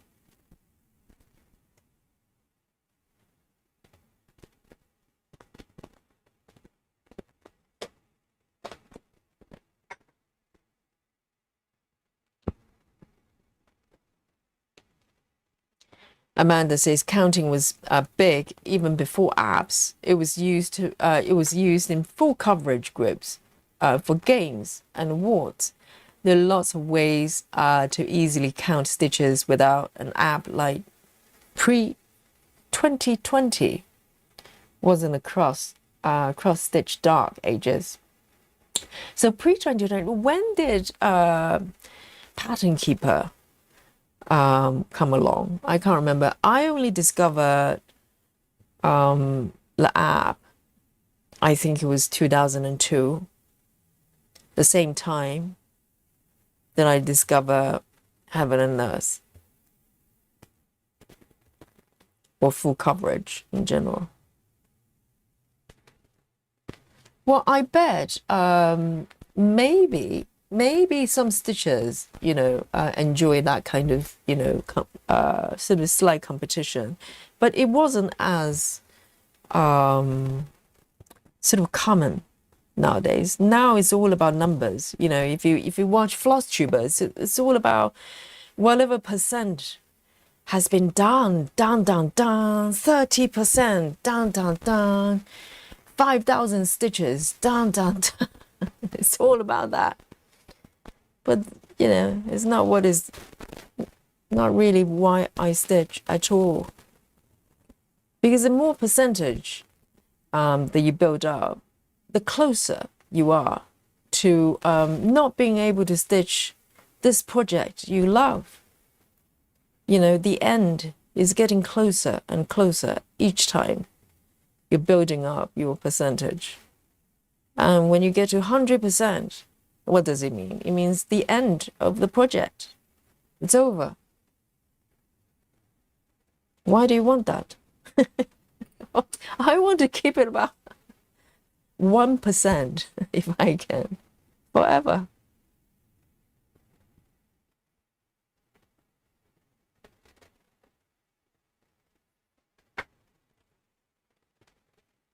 Monique says, why you skip one? I think I know what you mean. I think I probably have I missed one. It's okay. I'm gonna fudge it. Okay, I'm gonna fudge it. If I miss one, then I will fix it when I get there.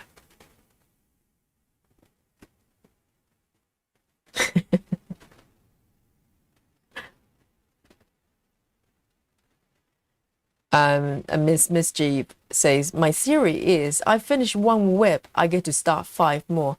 Yeah, or you can just start 6 simultaneously. Why wait? Why do you need to wait?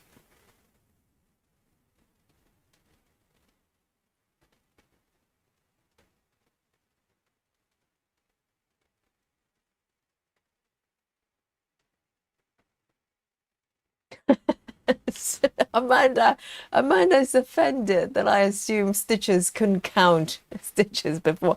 I'm sure you can. I'm just saying, I'm not saying you couldn't count. It's probably not as easy, right? I'm sure you probably could if you really want stitch counts. You can count each stitch manually, or if you stitch block by block, you can probably come up with some number. But I think I think that the general idea I was trying to explain is the fact that the concept of competition wasn't as common, I'm sure. And also, maybe for full coverage stitches, the concept of counting is probably more common, more, I don't know, more relevant, I think. Because if you're doing sort of samplers and stuff like that, I don't think the counting element is that important. I'm sure you could count, Amanda. It's okay. I believe you.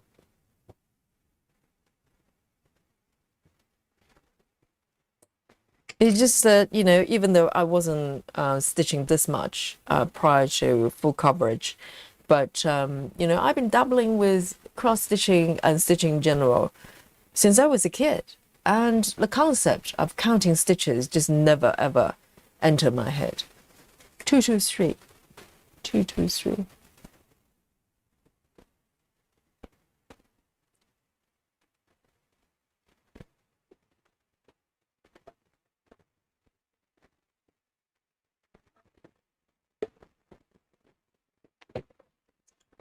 Lynn says, not being funny, Yogi. The quality of your stitching to Komaris, you can tell.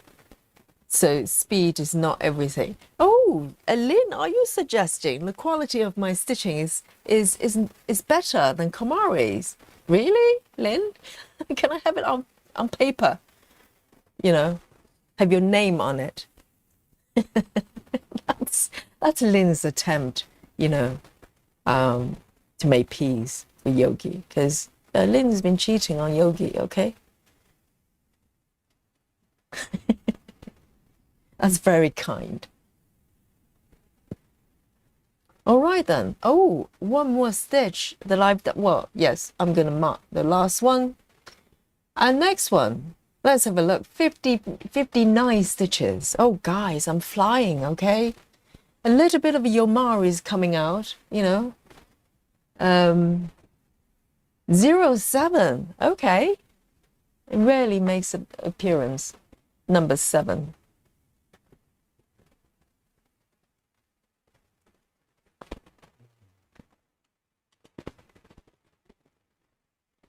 Janine says, I'm not starting anymore. Whips, unless I finish one. Not. Yes, I was about to say it for you before I even finish the sentence. Before I even finish reading it, I just knew it. No chance. Why put that kind of restriction on yourself? It's not meaningful. You know, it's a hobby. And keep it a hobby. It's not a competition. Why competing with yourself?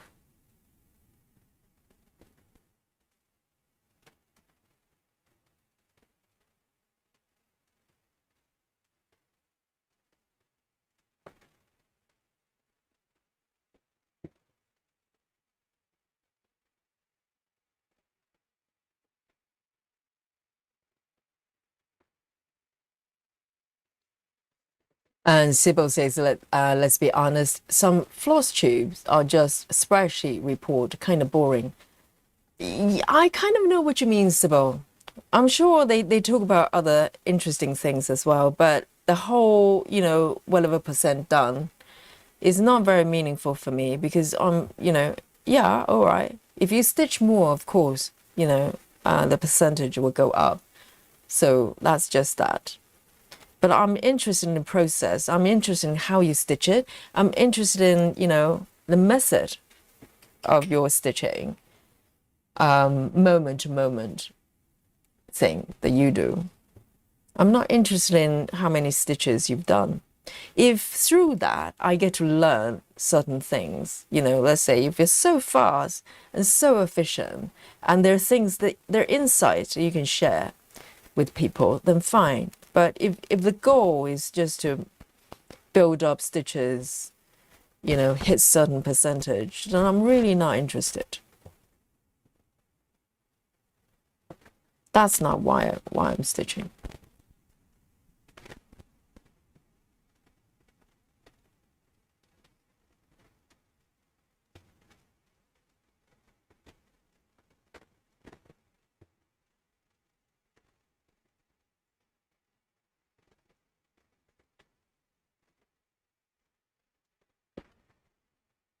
Amanda says, there's literally a video from before Stitch apps where someone shows how to calculate out their percentages. It adds to apps because people already did it and wanted it. Yes, I believe you, Amanda, because there's probably some sort of demand before they add it. And I totally believe you. I'm sure there's a group of aliens stitchers. They've been secretly counting their stitches, and they have, you know, all sorts of methods to do it. It's just that as a stitcher, the concept of counting was never ever part of my thinking. That's all. So, but I totally believe you. I bet, you know, there are probably a lot of stitchers. They're slightly competitive from 1981. Who knows? Maybe 1660. Do you think people back then, you know, count their stitches? Competition, you know, the sense of competition cannot be a new thing. And people have been stitching for centuries now. Do you think people back in, I don't know, 17th century, they were competing with each other with stitch counts? I need to know. Is there any historian in the chat? 1, 2, 3.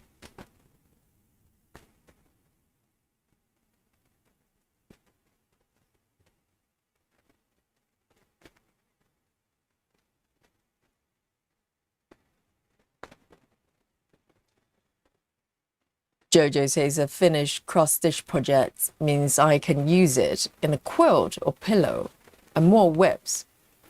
Yes. It's nice to turn it into something functional, isn't it? Absolutely. It's nice, yes.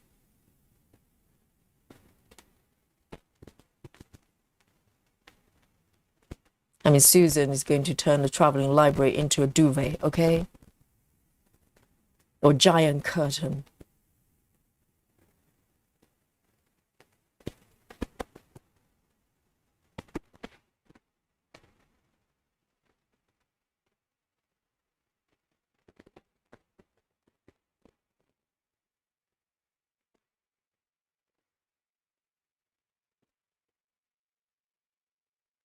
Nikki says I could barely get past a block of full coverage before apps.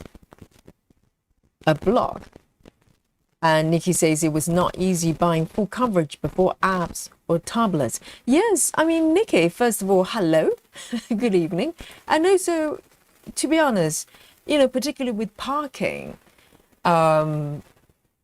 methods, well, for me, it would be extremely difficult. I probably wouldn't, you know, attempt to park or anything like that. I tried it during 1982, you know, when I was stitching with paper charts. It's kind of an added element of things you need to track with papers, and it's extremely hard to do unless you have a kind of an app to help you. And I think full coverage in general is very much, you know, I don't know if I would stitch this type of project if I didn't have an app of some kind. You know, I can probably get by with PDF reader. You know, I did that for a little while before I discovered Pattern Keeper, but still some sort of digital help, you know. And I think full coverage probably became a lot more popular with the arrival of apps.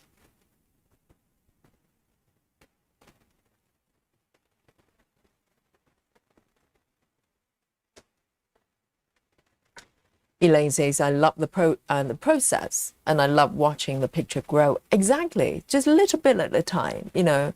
Even like I'm stitching the ceiling, but I can see the ceiling being filled up, and it's satisfying, and you get to complete this part of it, you know, even just a little bit of the picture, and so on and so forth. This is the joy, you know, this is the fun part. And once, if I ever, you know, finish the whole piece, I'm sure I'll probably be thrilled. But then, you know, what do I do next? I'm gonna have to get Little Cake Shop Part 2, you know, and start all over again.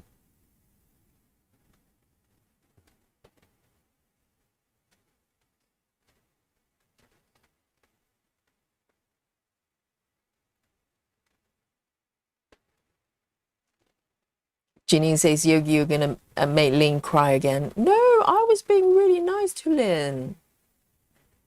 Lynn is laughing now, aren't you, Lynn? You're not crying. Why would you be crying? Unless it's Molly again. Maybe Molly run over Lynn again. Run, Lynn, run from Molly. She's dangerous. No, Lynn is laughing now.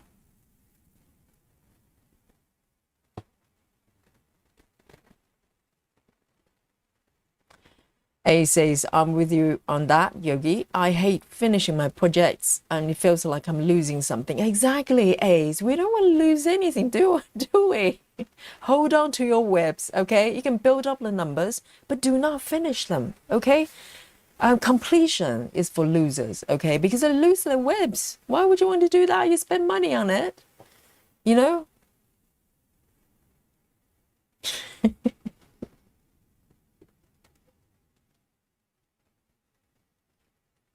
Just keep it going forever. And Miss Mischief is hitting the chocolate. Oh, yes. Oh, it's about chocolate time over here as well, isn't it? Sorry, I'm slightly behind with the chat. Maybe someone already shouting chocolate time.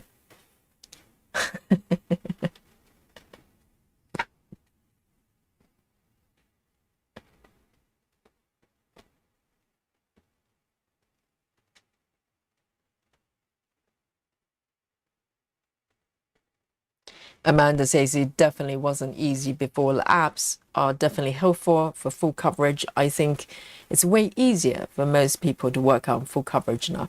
Yes, to be honest, full coverage kind of, it looks intimidating, daunting enough as it is if you've never done it before. And even if you have done it before, this process, it takes a long time. It takes a lot of consideration.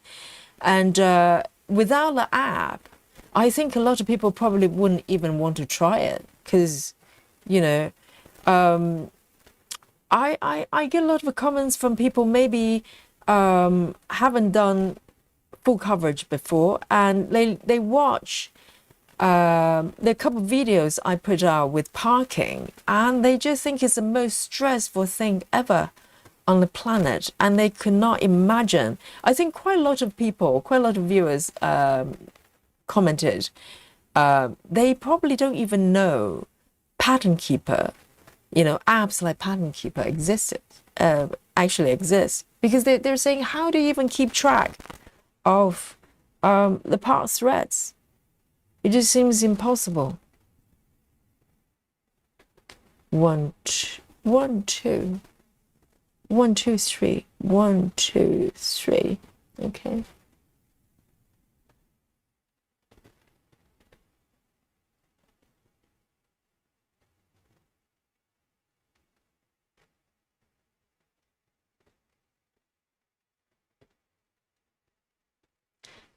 And see you later, Keza.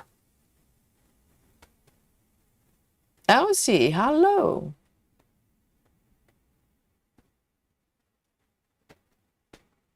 Nikki says I didn't count. But Nikki, when you keep your journey, your beautiful journey, you do add stitch count as well, don't you? So there's some sort of element of, I don't know, maybe the competition doesn't have to be with others. Sometimes it's kind of competition with yourself. You're trying to stitch more than last month, perhaps. Or maybe try to stitch more than yesterday, that kind of stuff. I do not have that streak in me whatsoever when it comes to stitching. I'm not a very competitive person, I don't think. It's just not something that drives me to do things.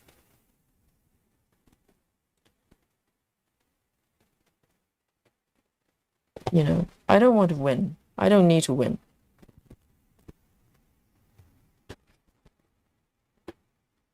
All right, then. I've got 33 more of this color. Ginny says, when I got Pattern Keeper in 2023, it was a game changer. That's when I got addicted to stitching. Same here. I think it was same year that I discovered. Maybe at the end of 2022. But at that time, I was thinking, because I only had iPad, I was thinking what I should do. Whether I should get markup RXP or, get Pattern Keeper. And I decided maybe it was, I remember now. It was 2022. It was a Black Friday, the sales. And I got my Android tablet. I got a really basic one just for a pattern keeper. Yes, I remember. I remember now. That was definitely 2022, the end of 2022. And I think that turning, well, the one functionality that really got me to want a pattern keeper desperately was the search function. You know, when you tap on a color, everything, you know, all the stitches of that color lights up, and you don't have to look around and try to find it. That sold it to me. The counting and whatever, I didn't care at all. But you know, the search function, I just thought that was amazing.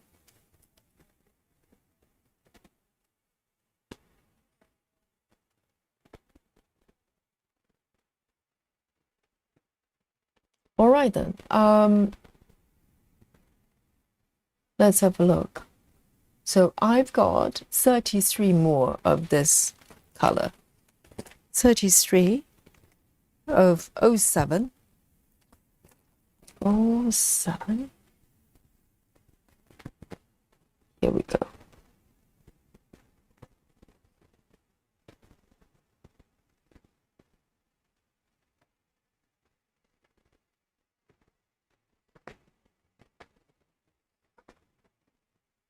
Amanda says parking was one of the methods developed to help people stitch in a small area on paper patterns. There are quite a few who switched back to cross country once apps were available. Ah, so do you think, Amanda, do you think cross country? Well, I think cross country, you could do it.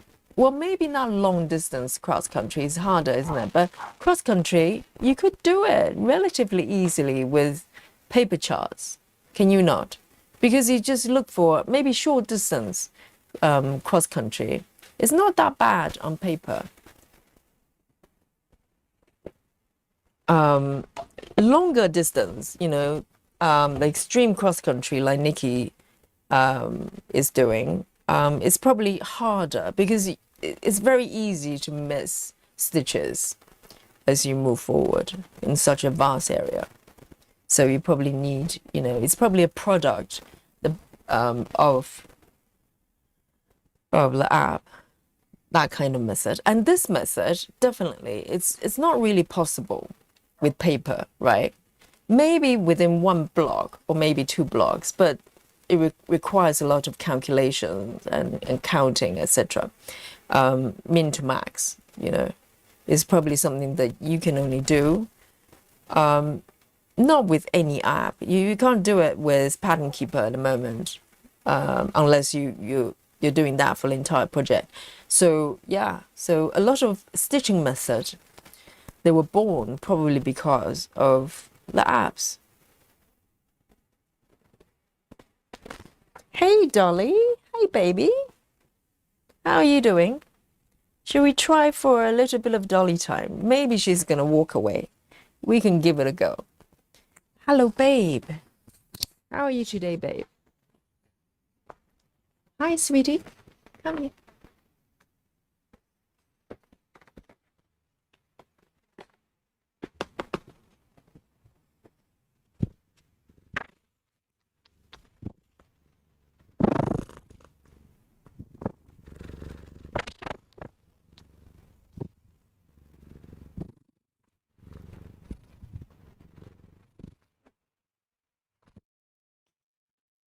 She run away now. Hello, baby. Are you playing hard to get again today? Hmm? Do you not want to say hello to everybody? Ah, there you go. It was short and sweet.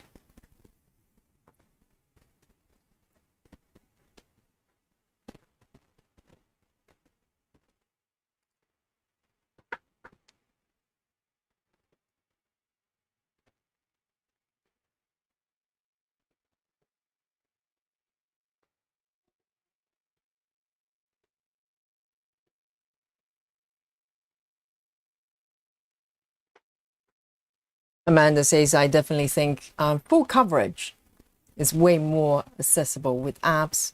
I'm not even much into apps, but I do like them more complicated patterns.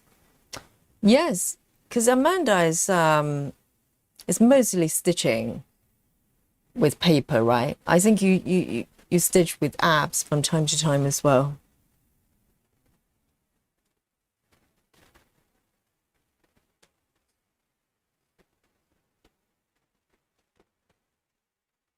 One, two. Okay. I've got 33 stitches of this one.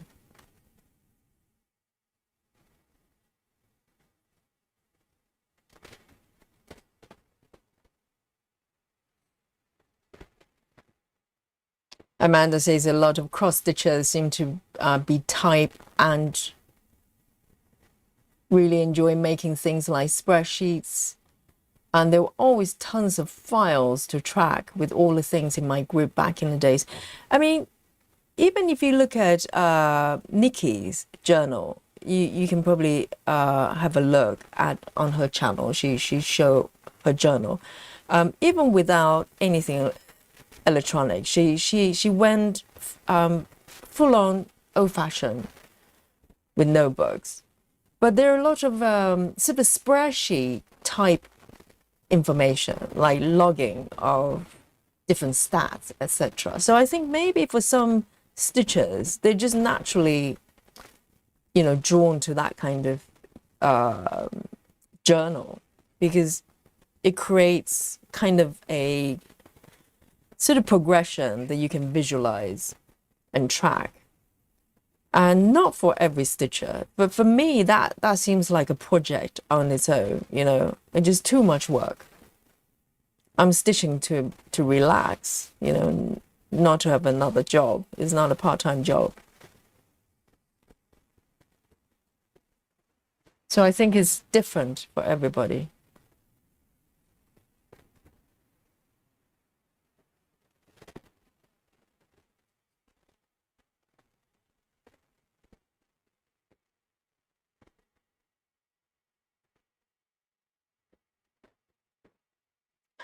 Susan, stop it. Susan says you can definitely restart Candy Shop quoting room. Well, slightly random. You just have to mention that. Oh, type A. Okay, I did think that.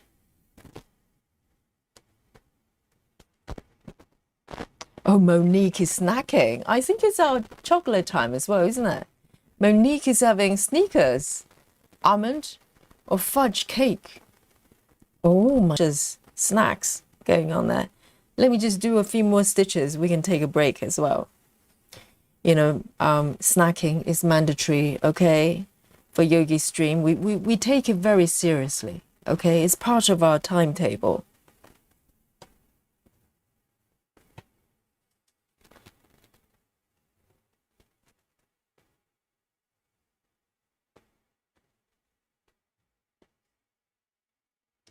Nikki says, I just can't see stitchers counting their projects like that. And I was part of a lot of forums like Yahoo. I have to, I will sort it out. What kind of counting? You mean like stitches and percentages? That's and how long things take, even in weaving. Yes, I'm sure some because I think the way we stitch is a reflection of our personality, isn't it? So you can see I'm very, very laid back. I focus on really macro level of things. And that's the same way I approach other parts of my life as well. I'm just not a very nitty gritty kind of person, because it takes a lot of energy. And I'm sure for some of you, it's the opposite. Some of you are a lot more sort of, you like positions, you like numbers, etc. So I think it's just a reflection of how we are as a person. And there's no right or wrong. It's just different, isn't it?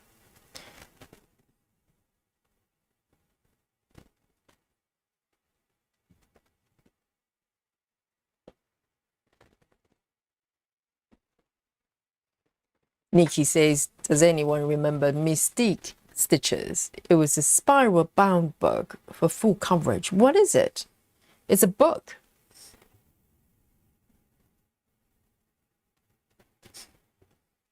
Is it like a journal type thing?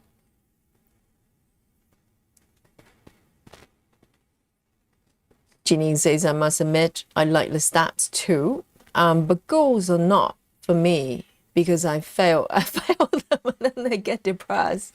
Yes, set the bar low, right, Janine?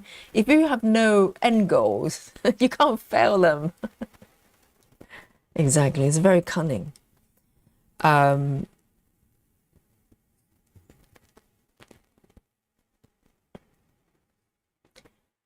I think for other things I do, even for work, I tend to have a high level idea of how long, but you can tell that my sort of estimations is probably not correct. That's why I can never be a project manager or anything like that. But just, doing my own projects, like doing artwork, etc., I just underestimate the time I need. I just think, oh, all I have to do is do this and that and the other. I'm done. But when I'm actually doing it, it takes a lot more time. So, but I generally have a sort of macro level of grasp, kind of generally know where I'm going. And I'm more like that type of person. I just pick a direction instinctively and just go and hoping for the best. And luckily, most things turned out okay. So I kind of, learn to trust my instinct rather than numbers.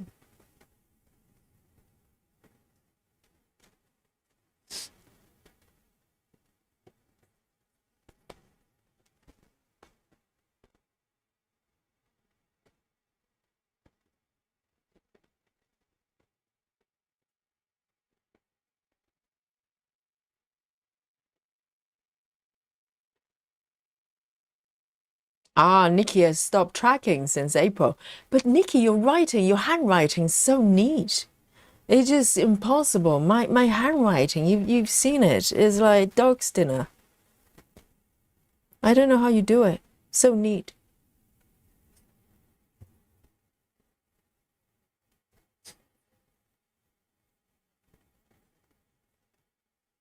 Sola says, I bought a Samsung S9 tablet just so I can use Pattern Keeper on it. I was making a nice living back then. But I think a lot of stitchers probably, will probably tell you the same thing. A lot of Apple users, they venture out and buy an Android tablet just because of a Pattern Keeper, because it's just so useful.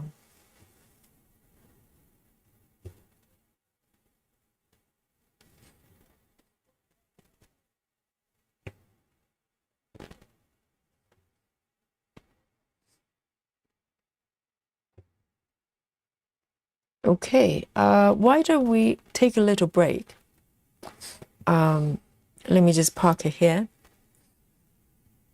and have a little bit of chocolate. I'm dying for some coffee as well. Let me zoom out a little bit here. Very nice. I think, min to max is perfect for this area. It gives me sort of, motivation to fill it up. And it'll be very nice. There's a very neat finish on the right there. All right then. Chocolate. Let's have some chocolate here. Let me know where you're snacking. It's mandatory, okay? Black Forest today? Yes, I still have a fair bit left. Yum, yum, yum.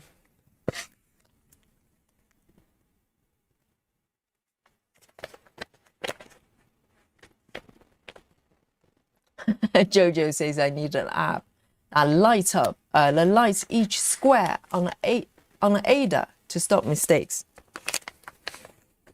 I'm sure even that is not going to stop you from from making mistakes from time to time. Cheers, everyone. My chocolate here. No prunes today. I'm pruneless. I've eaten them all. Delicious.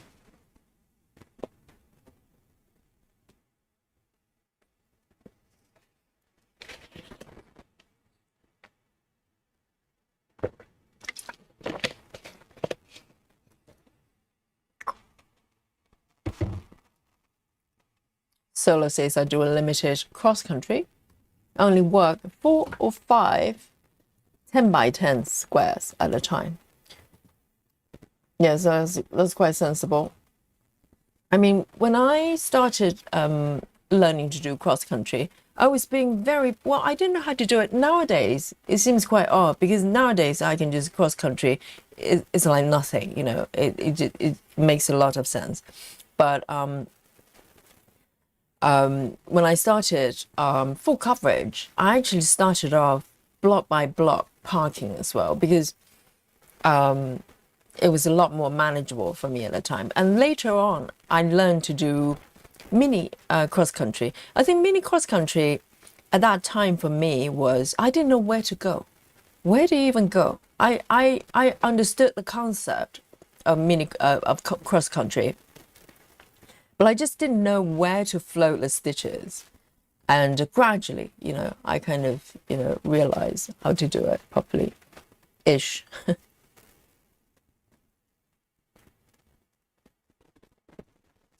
Monique says, Dolly interrupts live all the time. I know, she will walk in and do a belly up or something. And I can't, you know, sometimes if I go over and stroke her, she's okay. But most of the time recently, she will kind of go, you know, I'm here. And I turn around and go, hey, Dolly, and try to stroke her. And she will walk away from me.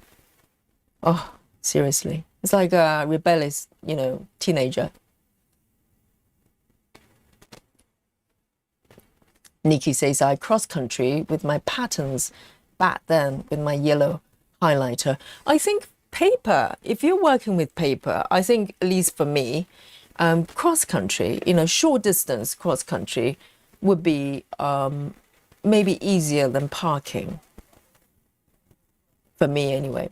But Nikki, have you ever done extreme cross-country with paper? I don't think that's a good idea, right? Because you probably spend a lot of time just trying to spot symbols. And you probably miss a few as well. Oh, lovely coffee. Delicious.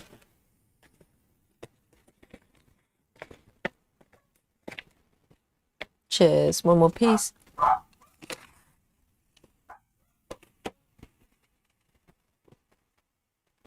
Busy mom, hello. Miss Mischief is having chocolate-covered cherries. Chocolate-covered cherries? I mean like fresh cherries. My cherry is air-dried. So these ones have like air-dried chocolate. You can see sort of pink bits. Wow, that sounds luxurious. And Rose, hello. And Suzanne just has some sandwiches. That's a snack too. Sandwiches can be a snack, can't it? Let's have a look.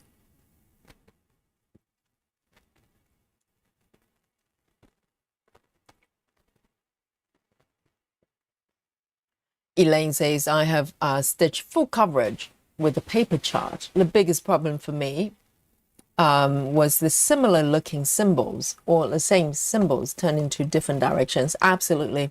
You know, when I was working, because if you were using an app, some symbols very similar, but it doesn't matter because when you select a symbol, it will only highlight the actual correct ones. But on paper, not, you know, it's not the same story. And even with them, you know, 7 days working with papers, and I have come across symbols literally just next to each other. They look almost identical, like triangles pointing one way versus the other, that kind of stuff. Some symbols just look very similar, and some were literally the same symbols, but one is larger than the other. I think they're just trying to trick you, you know, those chart creators. Yes, it could happen. And, you know, you might be stitching incorrectly, but just not even realize.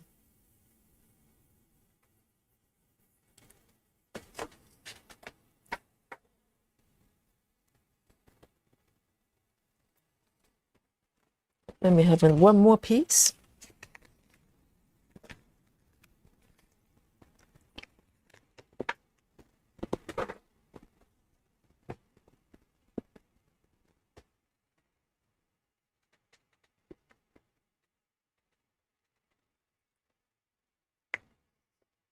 Yes, Ruth is in in Australia.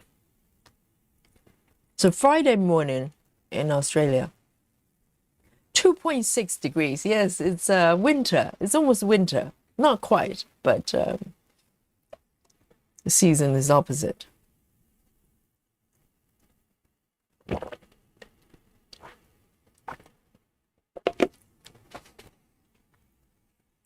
Amanda says, if I could make a perfect app, I'll do tracking, like markup IXP, the total number stitch on the side, like pattern keeper, and all the rest, like Saga.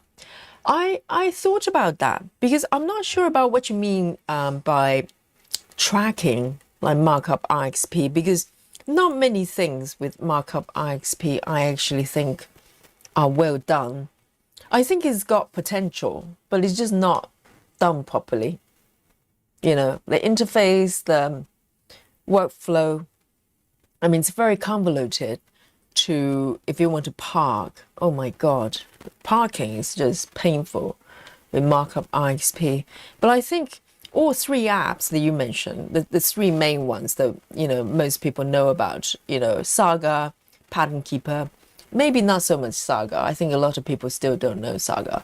But Pattern Keeper and markup IXP, they have things they do better than the other. I mean, markup IXP, I would say, if I have to pick one thing they do much better than others, would be the ability to scan paper patterns. So that was mainly why I was a subscriber for 2 years, because I had paper pattern that I wanted to work with digitally. So it's got pretty decent scanning functionality, but once the chart is scanned, you're back to that clunky interface with the marking and parking, etc. But the scanning part of it, I was impressed by that because, you know, it kind of picks up quite a lot with paper charts. Maybe someone, you know, if there are developers watching, maybe come up with a super app that everybody wants. The opportunity is there, I think.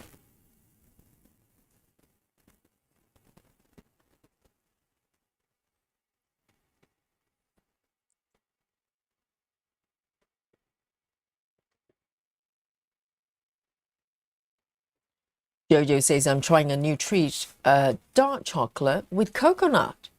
Interesting. Sounds like Mars bar.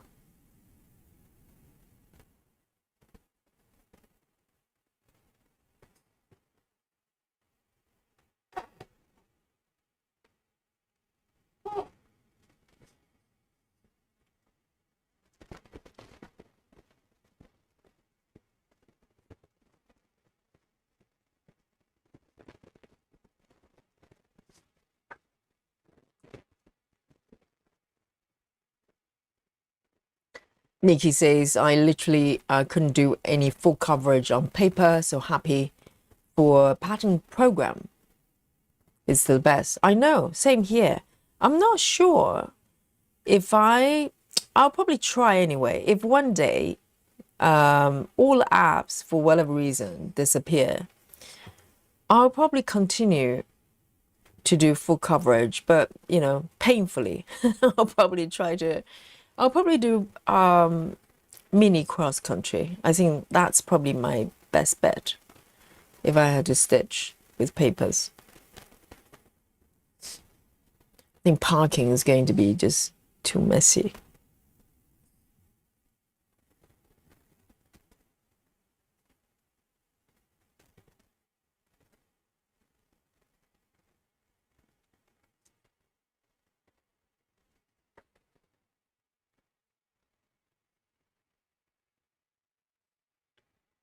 Oh, Bounty Yogi. What is Mars bar like then?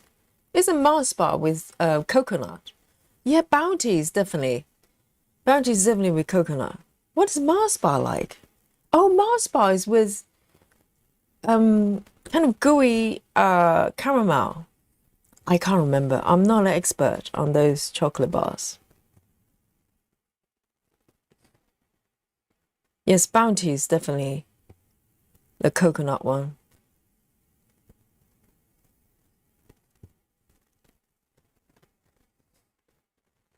Yes, Mars bar is the caramel one.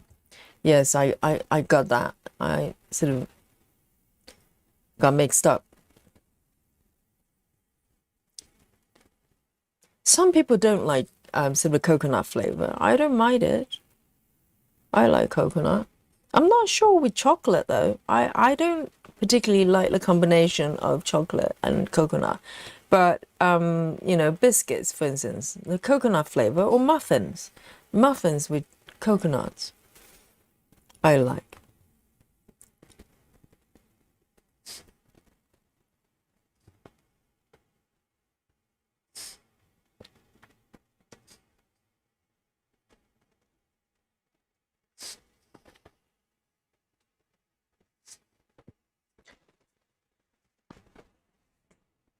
Jojo says my chocolate buttons with fine coconut.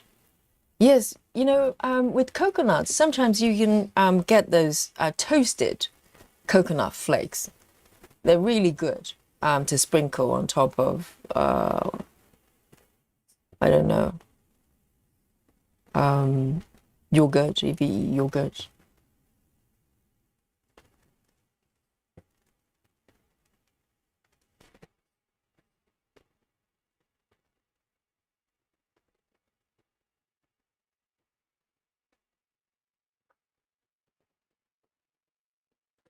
Amanda says, what I really want is a tablet that feels like paper. I can mark up with a pen stylus. I really need that. Oh, to feel like paper. Amanda, you can. I don't know what tablet you've got. It probably doesn't matter. There are sort of coating, like a sheet of paper that you could get for tablets. I know for sure you can get those for iPad to make the surface a little bit more matte, because iPad can be really glidey, isn't it? And even with the pen, it doesn't feel great with Apple Pen pencil, for instance. But you can get a sheet like coating that you can stick on top of the tablet. It feels like paper. You can find them on Amazon or somewhere.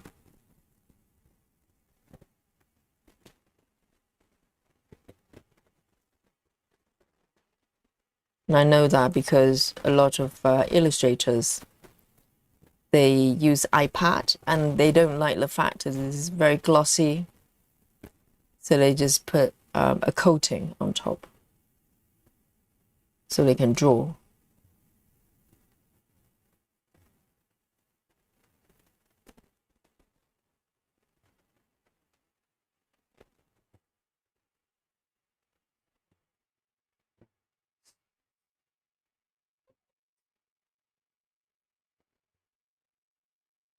Okay, I've got eight more stitches for this color.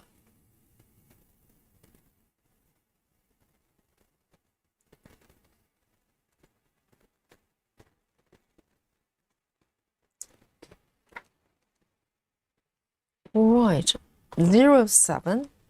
I'm going to take one more strand.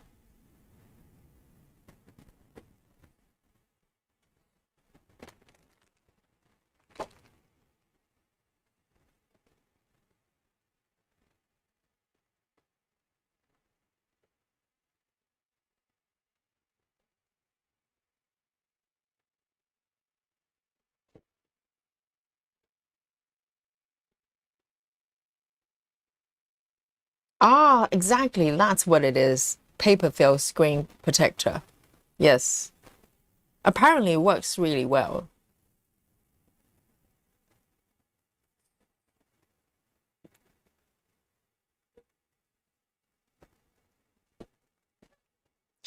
Amanda says the colors on the little cake shop are awesome.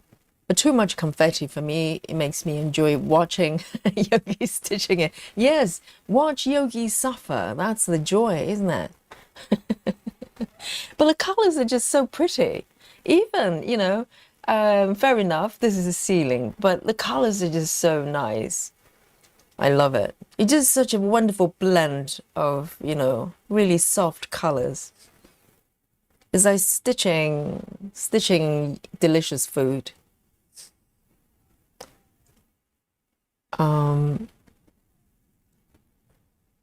Okay. 8 more stitches.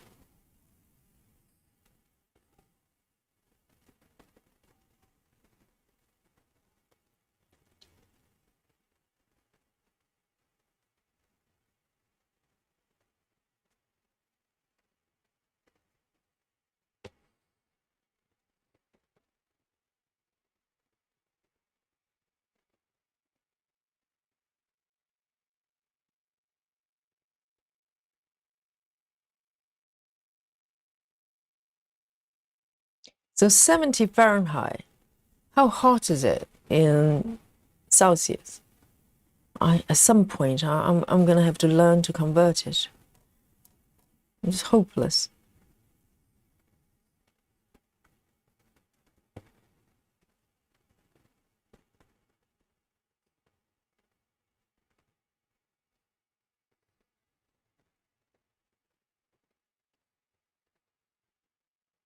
Okay, I've got 3 over here. There's 5 more somewhere over here.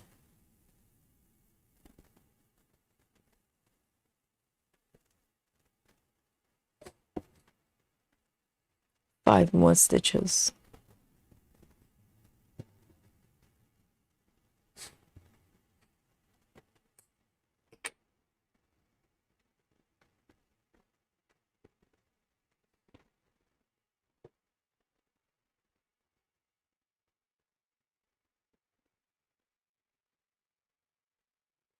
"23. Oh, 23 is perfect. 23 is very nice. I mean, apparently, at this moment, London is about 23, 24 as well, but it feels hot. So it feels much hotter because 23 normally is kind of my favorite temperature, my ideal temperature is around 20, to be honest. 20 is kind of comfortable. Not too hot, not too cold.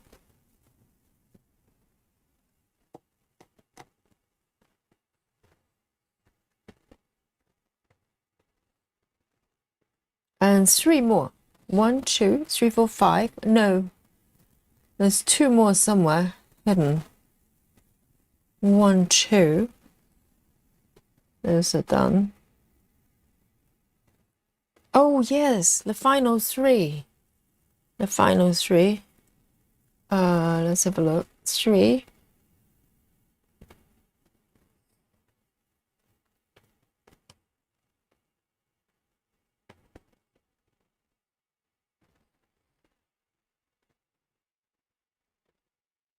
"21.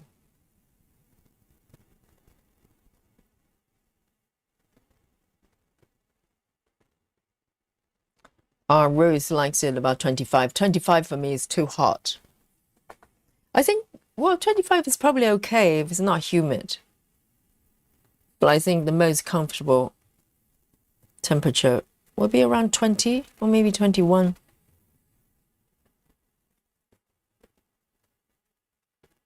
All right, the last one of this color. Very nice.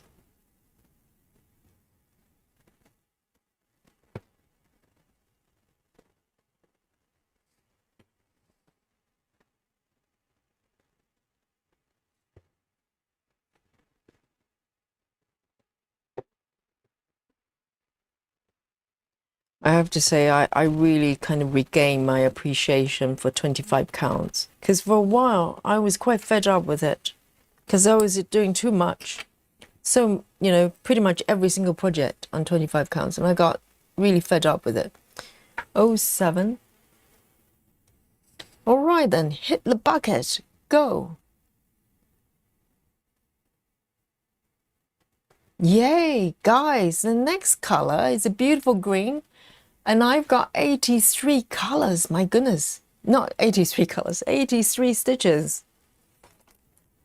Oh dear, I'm flying. 503, 503.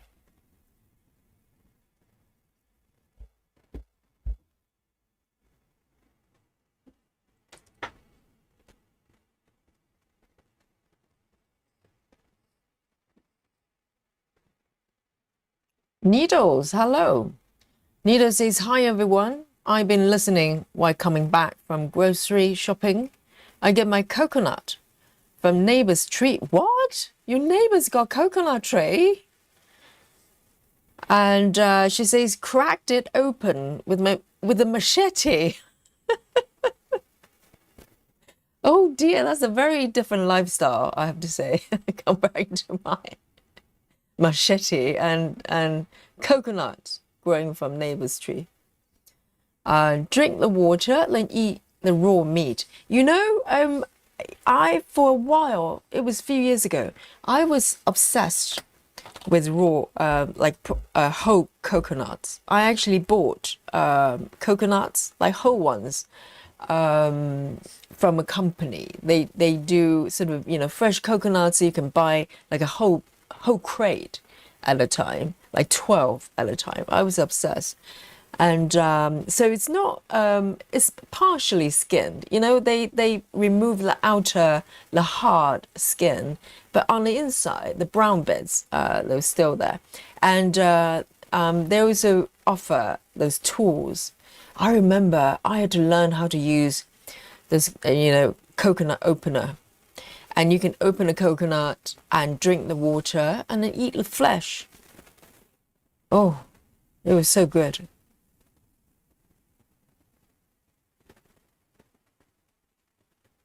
Coconut water is really, really good for you.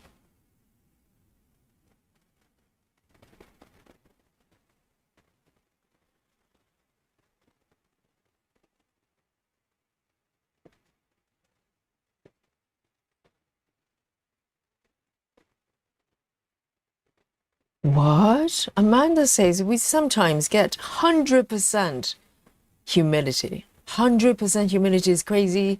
Air should not be wet. I can't even imagine that. I think I checked today's humidity in London is 50. Is that high or low? What will be a sort of most comfortable humidity? 50 sounds like a lot, but 100 I can't even imagine. You probably have to take shower every 3 minutes.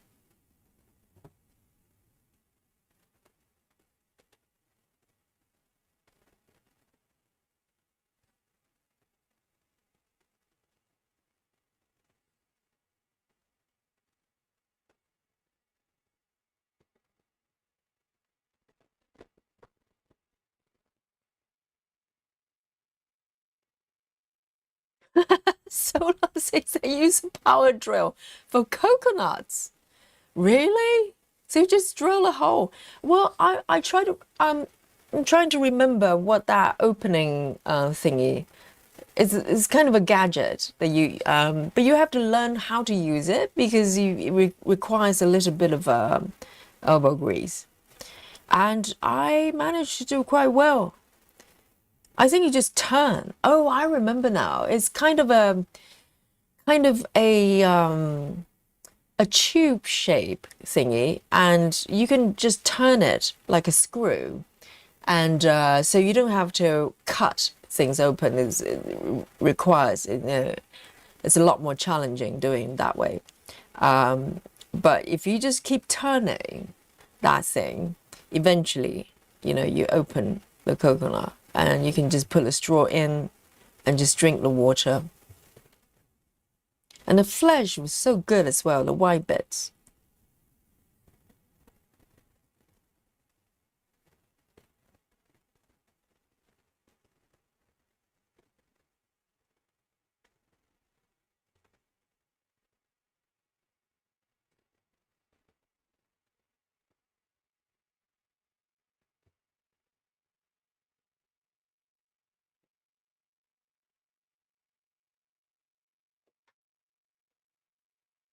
Nido says there are lots of people here with coconut trees and they don't eat coconuts. Remind me where you are, Nido. So everybody's got coconut trees there and they don't eat coconuts. What's wrong with them? I'll probably just go and collect them. All the neighbors' coconuts. Solar says it's like 88 humidity here. So what's the average comfortable humidity? Because London's around 50 at this moment. Power drill is easier. Oh no. I use my power tools, but power drills, no. I don't like tools that make noises. I just don't like them. I like quiet ones.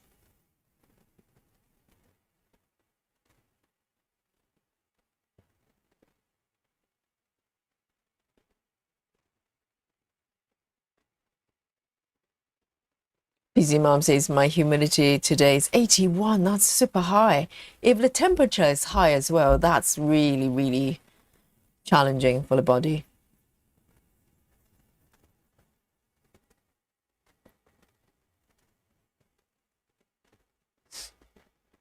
One, two, three.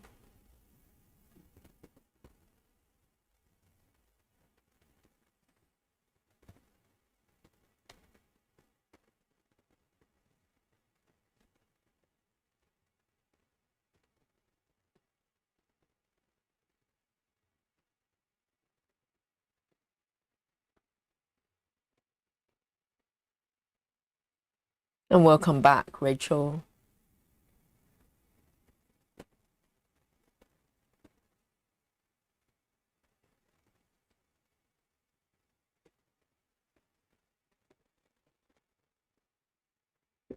Oh, so Rachel is working on Max today from Dimensions.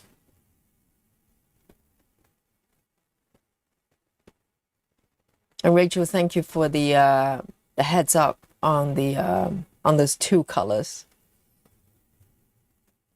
I had no idea.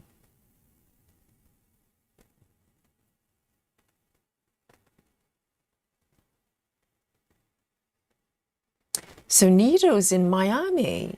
So it's true that it's palm trees everywhere, coconut trees everywhere. Is palm tree the same as coconut tree? I don't know. Are they the same thing?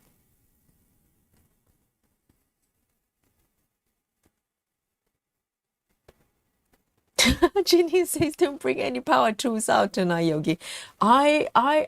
Yes, I like to keep it this way. No, the power tool less. No drill bits. Okay.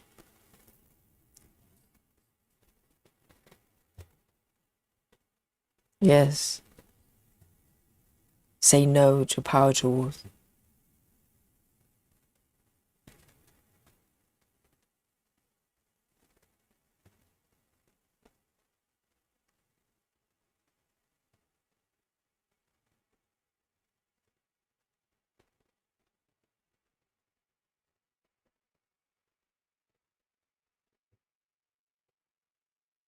And I think I'm doing pretty good so far.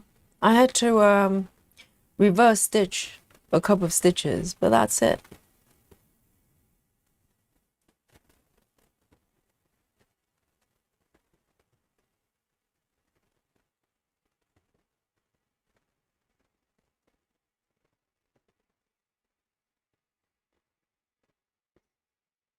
Wow. Amanda says our average humidity is 82. So that's normal? Wow.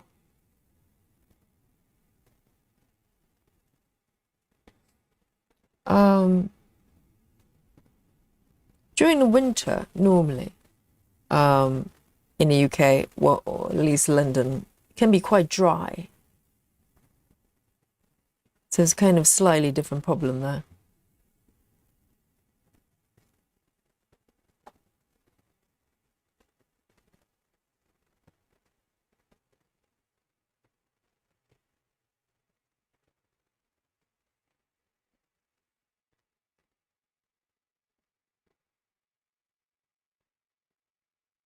Sola says Florida is a forest of palm trees. I used to live there as a child.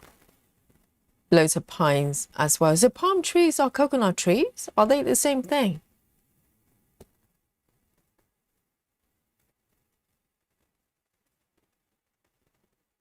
Rachel says, my pleasure. You have to be extra careful when highlighting when you're stitching on those two, as Saga highlights both at the same time.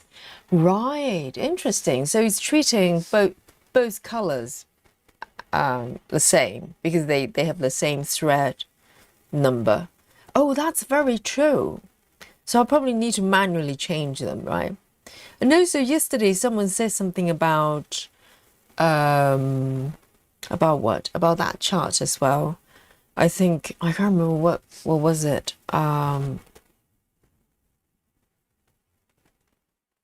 Oh, maybe number of strands were incorrect or something. I'm not too sure. I'm less worried about that because, you know, whether it's 3 strands or 4 strands, they're probably not going to look very different. But if the colors are very different, then it's probably more of an issue.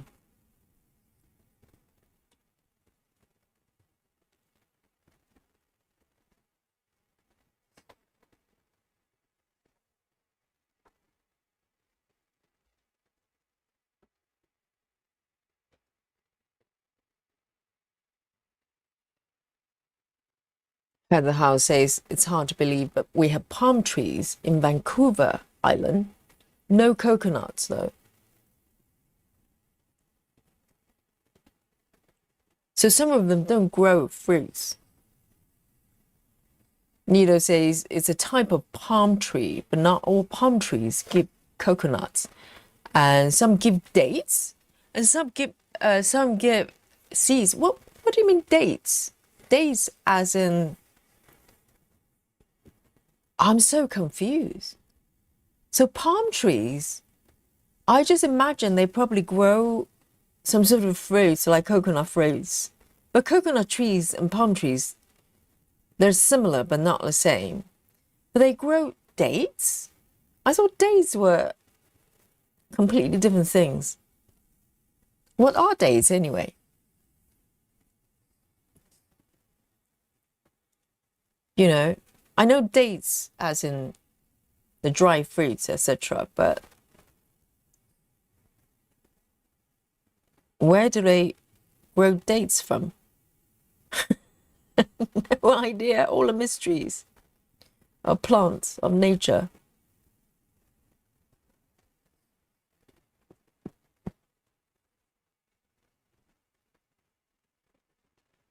Right, so palm trees are like lottery tickets. You know, you get the trees, and some of them grow coconut, and some grow dates, and some grow nothing at all. It's just so not fair.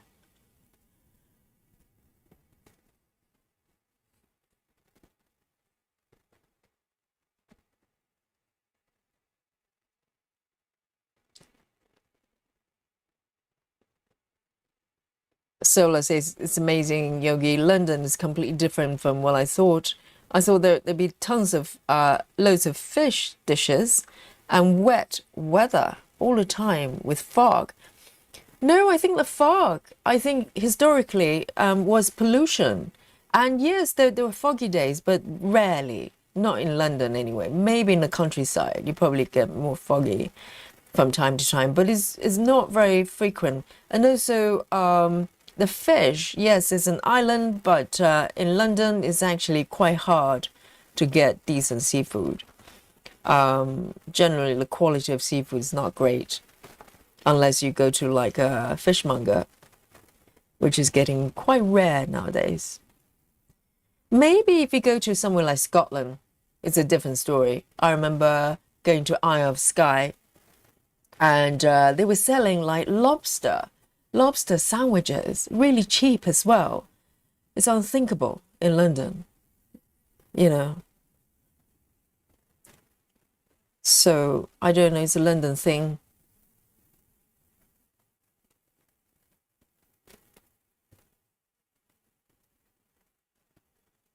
Where you can get fish and chips, if you count that as seafood. Yes, you can. But to be honest, even fish and chip shops, um, around where I live, there used to be a couple of places, and they all disappear. Now is they all turn into either some sort of trendy burger shops or coffee shops. I think it's much tougher for shops like that nowadays. And there used to be a kind of greasy spoon, traditional breakfast places. There are a couple of them around, and they all disappeared. It's really hard to survive with that kind of restaurants.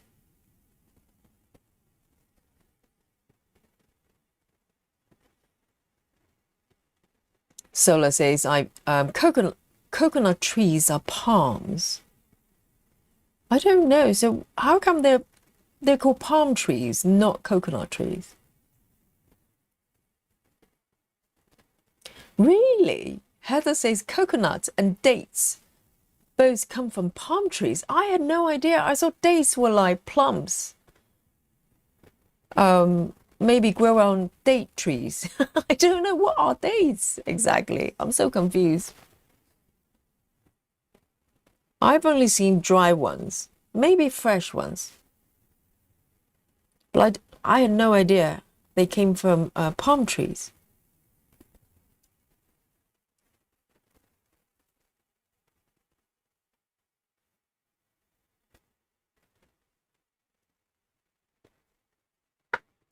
So Rachel says, I have not noticed any errors on number of strands on Macs. That's good to know. I think someone mentioned that yesterday, but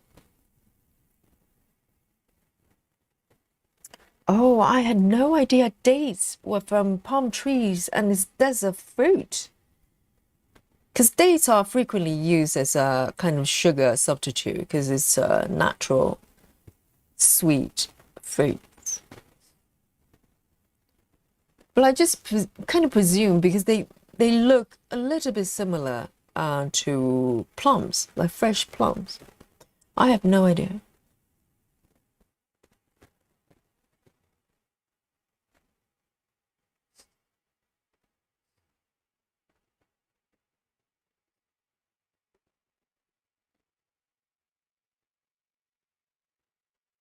Ah, so Heather says dates are dry fruits. They come from Middle East. So, what are they when they're fresh? So dates are dried version, like prunes. This dry version of plums. Yes, exactly, Ginny. I thought, dates and plums, they're kind of similar. No, wow, we're learning so much. Needle says dates come from date palm. What? There's a coconut palm, and there's a date palm. What are they? What are palm trees? Do they grow mangoes as well? Is a mango palm?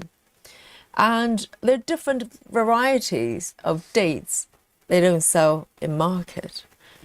Oh, wow, that's a surprise.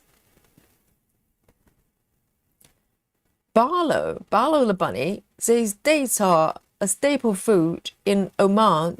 They do grow on palm trees. I found out recently the palm trees have genders. What? Oh, the mystery deepens with palm trees. Nature is miraculous. I didn't know plants have genders.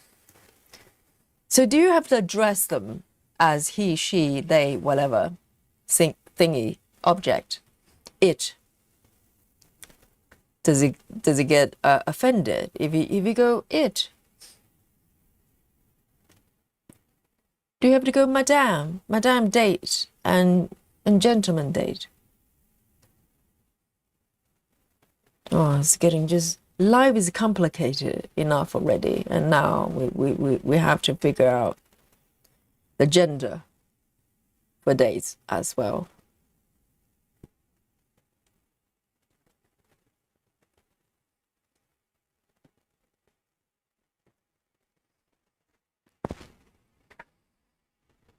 Heather says, mature dates are delicious. I know they're the most known ones, isn't it? Kind of people use them for as sugar, basically. Ruth says, I think Turkey has a large date industry. Mature dates are so good. Yes, I know that dates and dry fruits in general, they're used quite a lot for Middle Eastern kind of cuisine. They have a lot of sultana, raisin in sort of savory food, etc. I'm pretty sure if you go to Indian restaurants, the rice sometimes, pilau rice, sometimes you can find sultana or maybe raisin. What's the difference between sultanas and raisin? Oh my God, not a can of worms. I know they're somehow different, but I don't know why. Sultana is just different type of grapes. Oh dear.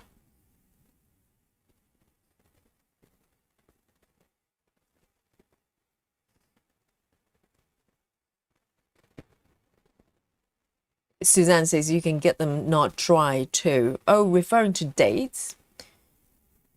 I didn't know that because all the dates I ever seen, they're all dry.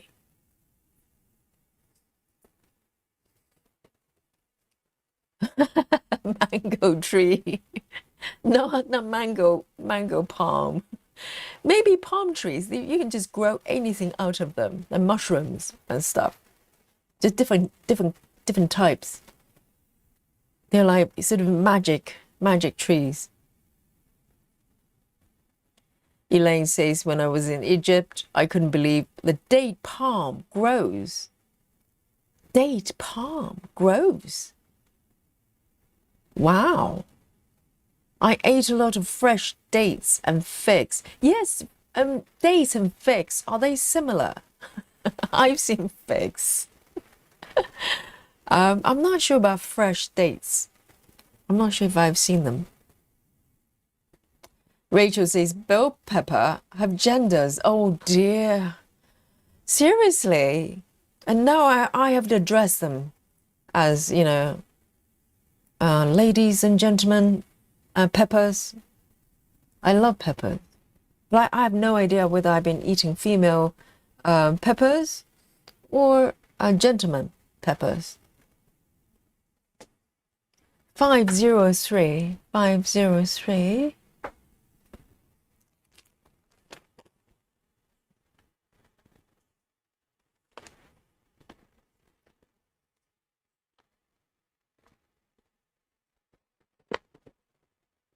And do they form families? Do they you know, have children? I wonder. And do they have to go to school, the kids?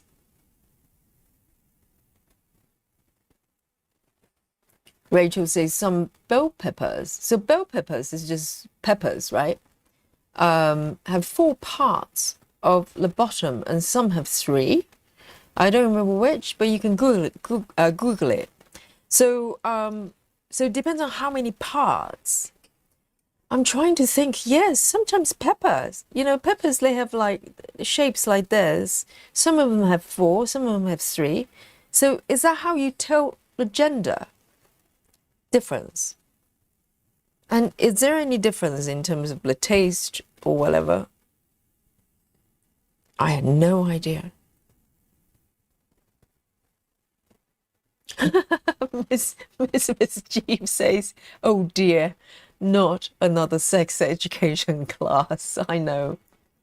I had no idea we're talking about fruits, and before you know it, and we have to dress them properly, otherwise they get mad.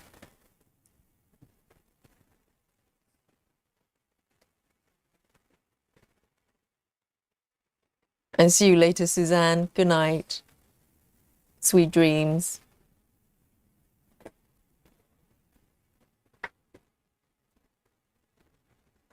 Oh, right. Amanda says you can make a kind of Caramel with mature dates if you're allergic to real caramel. Yes, it's got quite a rich kind of brown sugar kind of sweetness, and it's a little bit like caramel. I know it's very popular amongst vegan as well because it's considered very healthy as a source of sugar.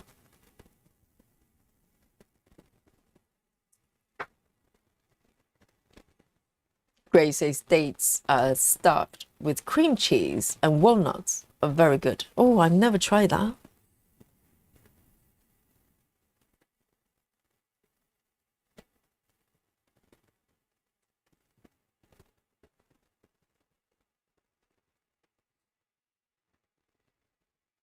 Jeannie says sultanas are golden raisins, aren't they?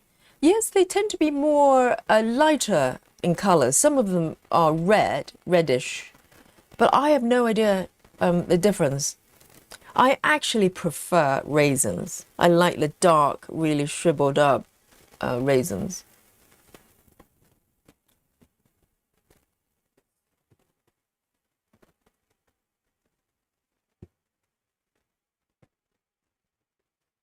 I think maybe they're just different types of grapes.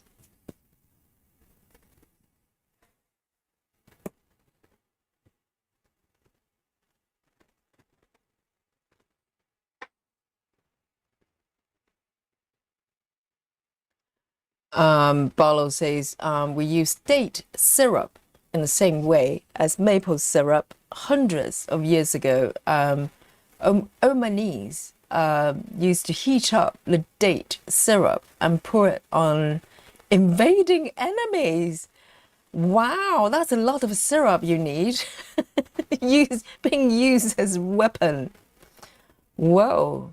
I mean, maple syrup is probably too precious to be used as a weapon. It's really expensive, maple syrup.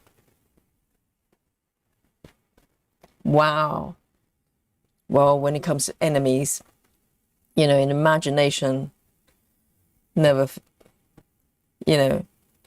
just goes wild.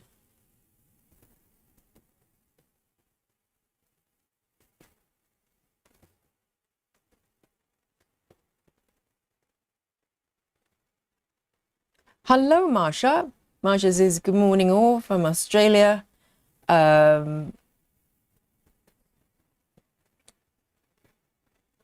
Marsha says, I read this the other day. It blew me away. What did you read?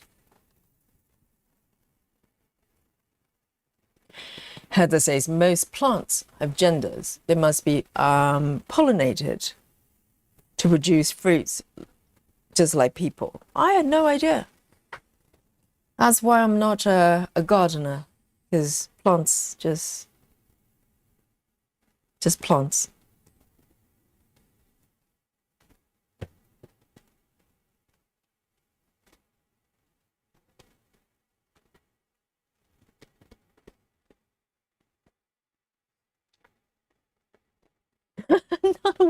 Not a good way to go. I know.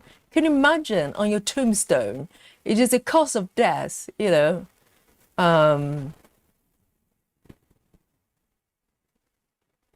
of burned to death by by syrup, hot syrup. Well, I suppose. I think if it's just hot water, it's probably not as effective because when it's kind of sticky, it's a lot more. It's just worse, a lot worse, isn't it? I mean, human in general. If you look at the history, when it comes to killing enemies, they're very creative, very creative.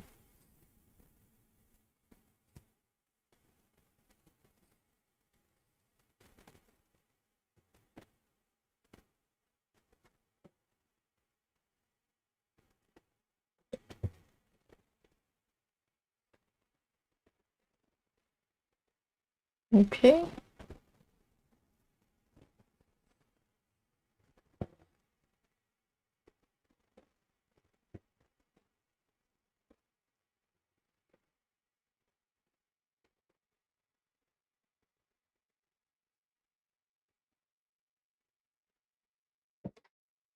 Marsha says, talking about dates, I remove seeds, seed spread with peanut butter on dates, sprinkle with pumpkin seeds, drizzle chocolate over it, and a touch of salt. Place it and put in the freezer. Really? Dates? I didn't. Oh yes. It's got a stone in the middle, isn't it? And so you remove the stone, spread with peanut butter. I never thought about the combination. Spread with peanut butter, sprinkle with pumpkin seeds, drizzle with chocolate over it. So it's chocolate coated with all that, with peanut butter and pumpkin seeds in the middle. Wow.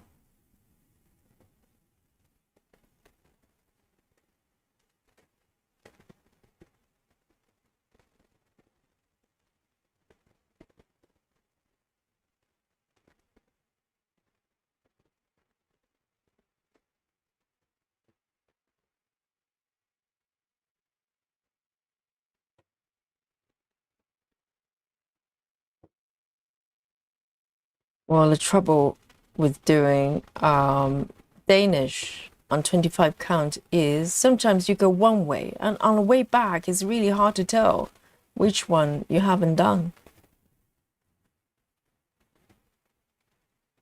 Okay, so that is okay. It's one more stitch.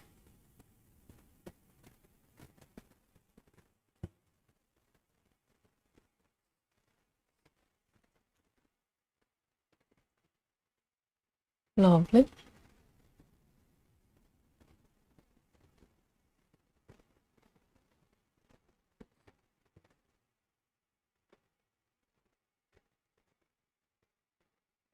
Andrea says, in ancient times, they would cover people in syrup or honey and milk after being tied up and put in a boat on stagnant water. Insects will attack them. Oh dear.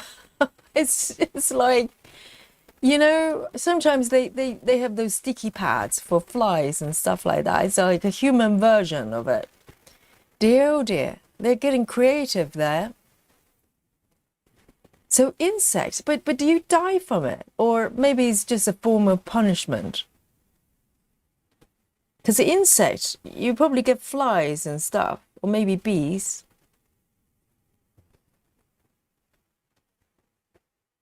No, we're not that nice, are we?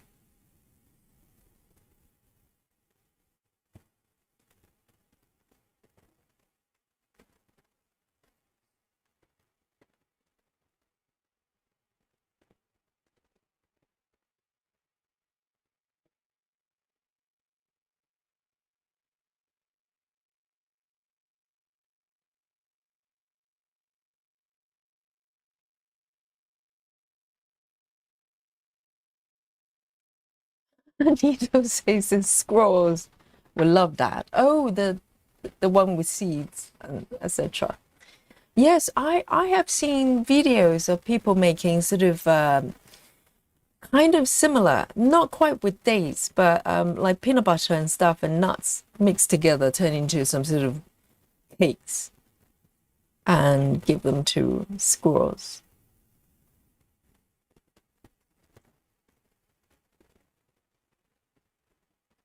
I think squirrels, maybe with the hot weather, they're less active because I get less visits of my local squirrels.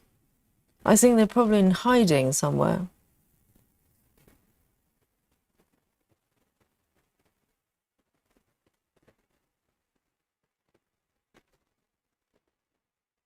Jeanine says, have you heard of the molasses disaster in Boston, like in 1920? Millions of gallons of molasses. Oh dear, I know where this is going. Millions of gallons of molasses flooded the streets of Boston and killed people, more injured. So was it hot? Is that why? Oh dear. So is this some sort of explosion or human error? Why would it flood the street?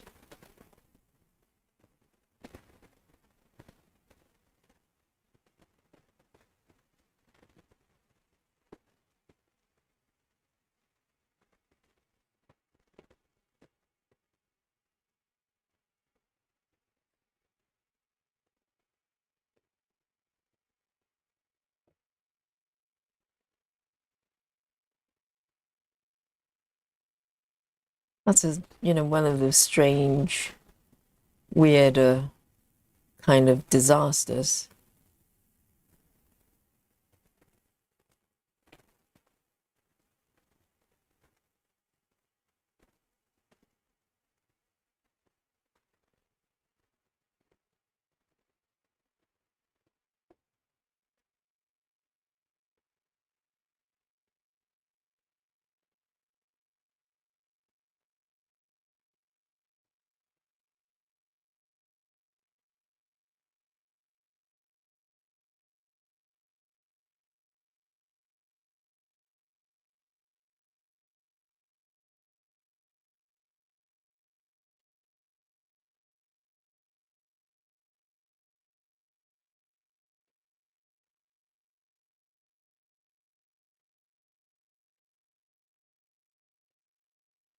I've got 26 stitches of this one to go.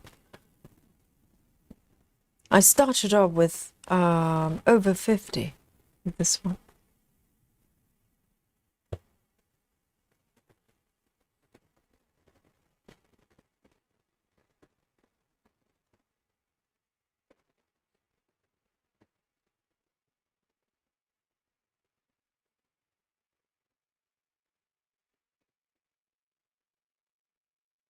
Rachel says the kittens are watching you stitch on the laptop, Yogi. Oh, say hello. Give them a little hug for me.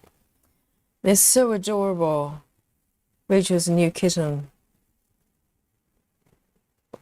Or kittens, both of them. And I think I can tell them apart just by looking at the pictures. I think one, maybe the boy.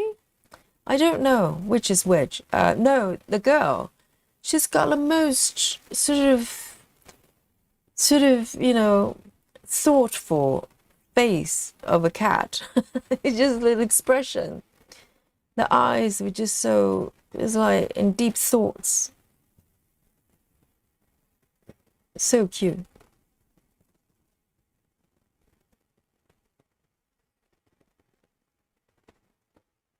If I had, kittens like that, I probably wouldn't leave the house. I'd just stay home and just cuddle with them all day long.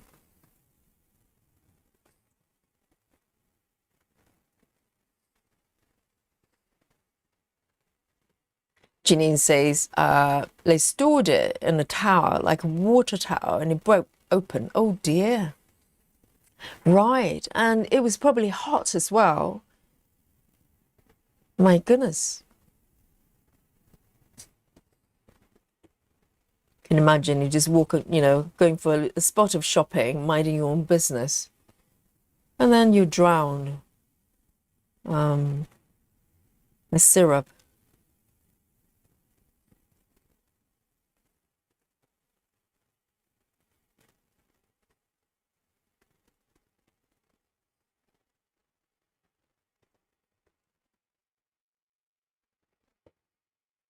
I mean, life is very unpredictable.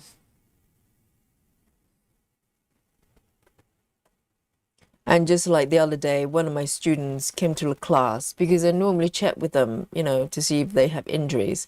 And one girl, she came up and just go, well, I've got my injury, I've got injuries. I think it was for one of her shoulders or something, or maybe her neck.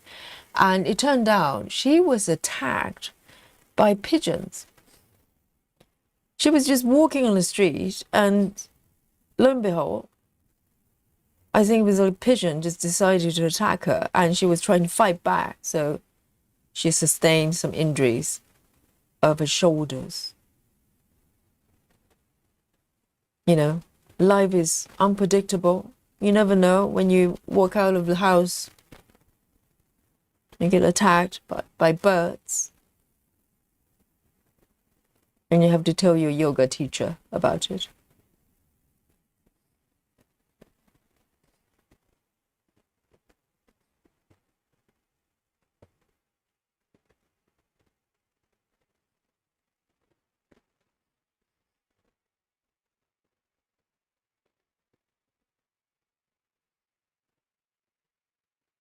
All right, I've got 13 to go.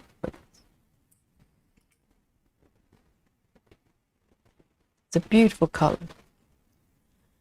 503. 503.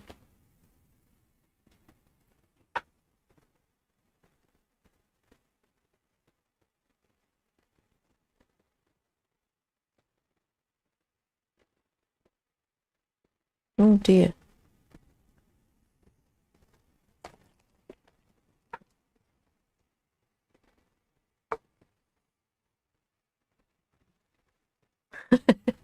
Nito says it like the movie The Birds. I know, I know. You just never know.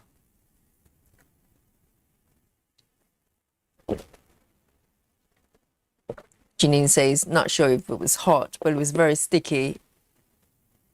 And the smell lingered for years. If it's just sticky, why would people die from it? Because unless it's just so much of it, you get drowned by the syrup. If it's not hot, you know, at best you just get really sticky feet.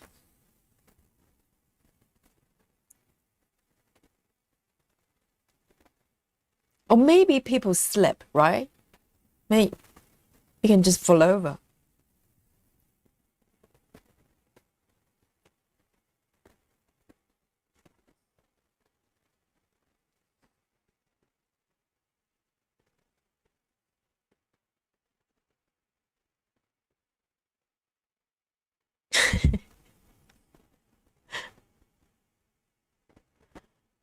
Right, where am I?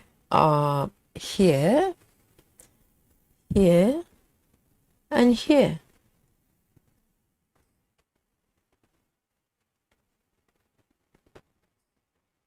One, two, three, four.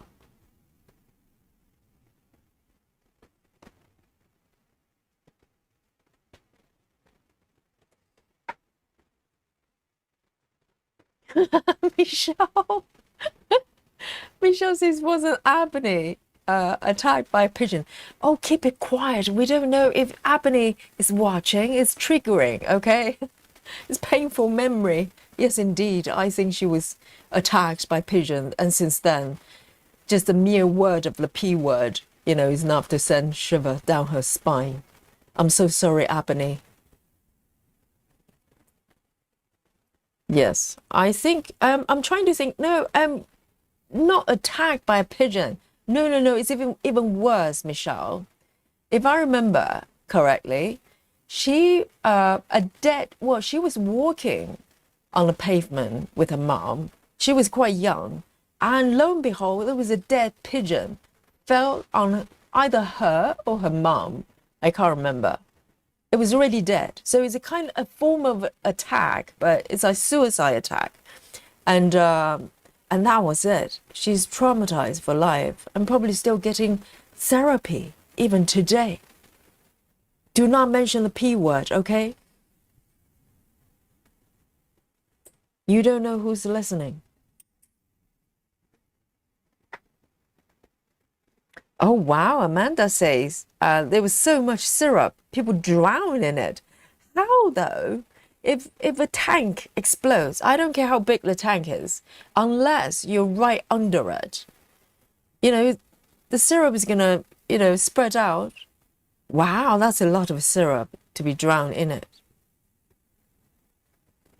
That is crazy. That's definitely in a category of freak accident. Some accident is just so weird. You just go, wow, you have to be in the wrong place at the wrong time.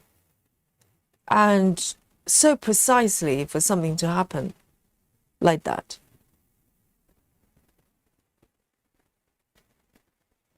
Wow. So Barlow says molasses flooded through the streets like 35 miles per hour. What? So how big was that tank? Seriously, that's insane.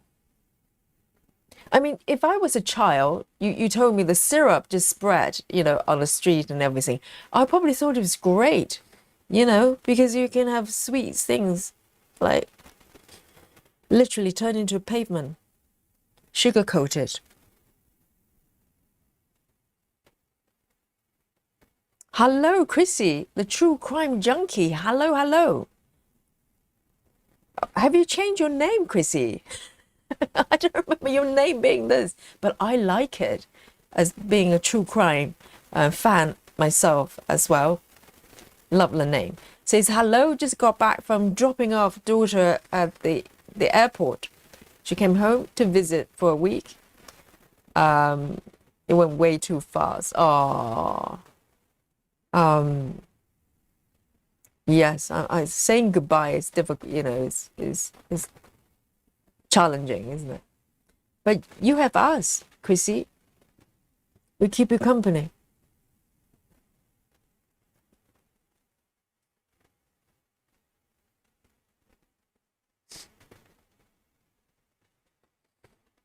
Yes, Michelle. Just when you think pigeon attack was bad, oh dear, a dead one was even more lethal. And she was a changed woman from that day. Look at her now, a broken person. No, she's perfectly fine.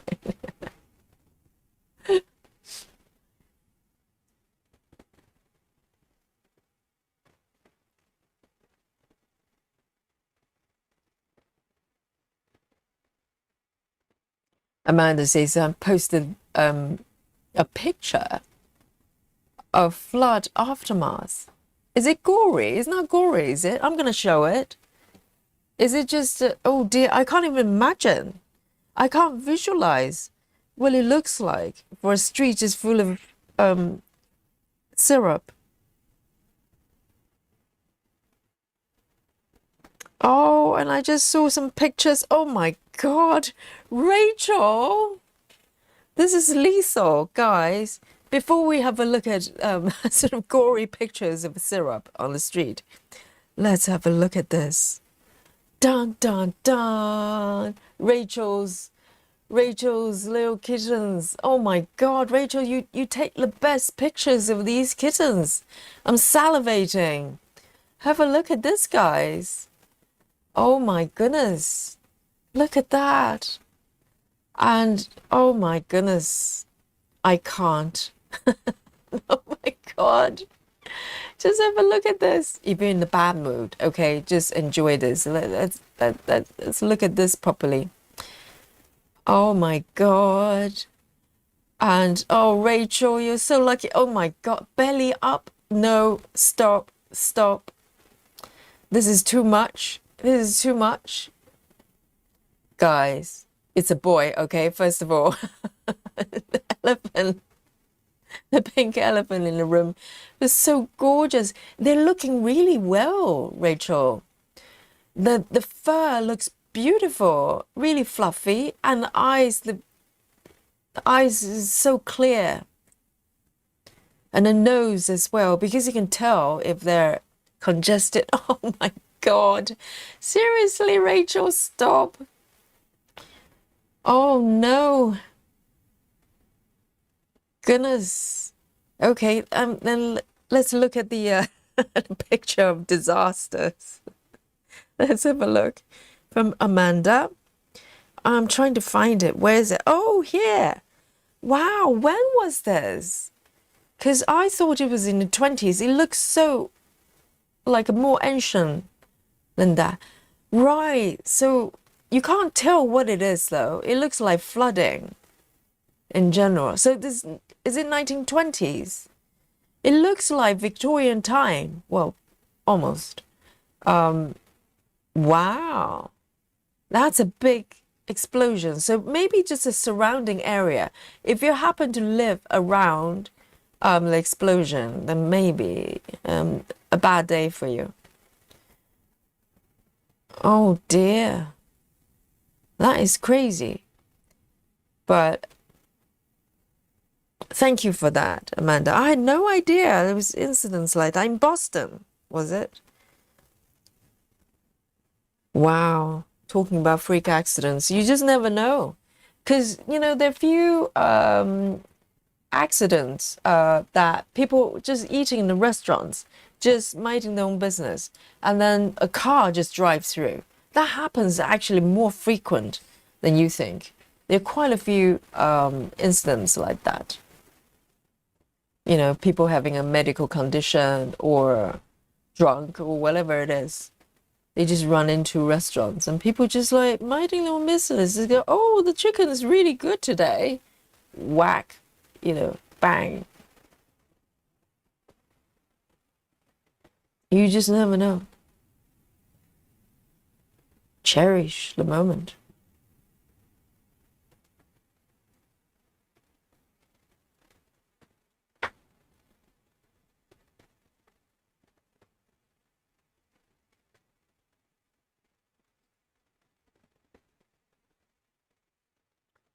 Right, so the tank was really big. Michelle says, Slow Stitch Yogi, True Crime Junkie. It's a rather long name for your channel. I know, it's very long, isn't it? But it's very descriptive.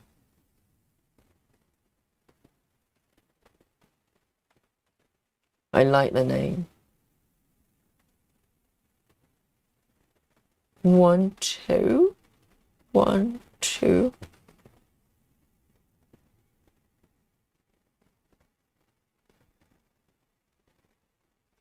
Amanda says 50 feet tank, 2.3 million gallons of molasses. And do they know why it exploded? Maybe the tank was just too big. That is terrifying. Heather says in the spring, crows will attack if you get near the nest, and they're very protective of their babies. We have a lot of crows here in the park, in parks in general.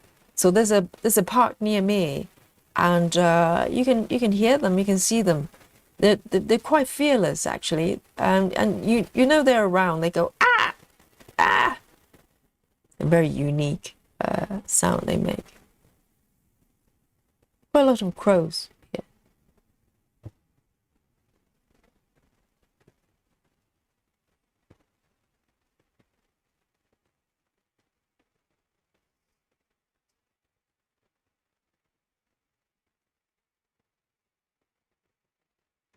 Toe beans, I know.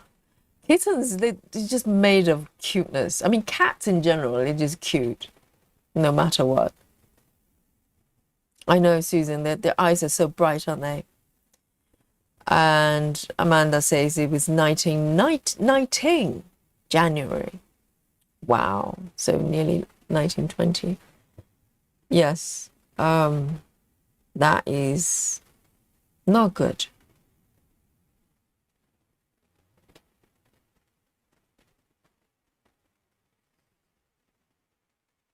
And also worldwide, there's sinkholes, aren't they? They just suddenly appear and everything just fall into the hole, like instantly. You can't, no time to run. It's a big, big hole.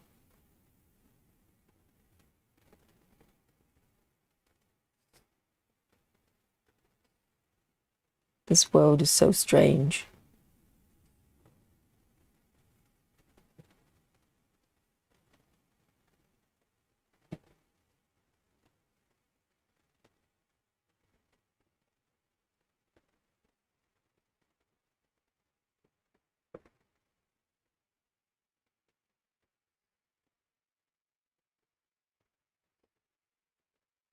And I've got 3 more to go with this one. Oh dear. Very exciting.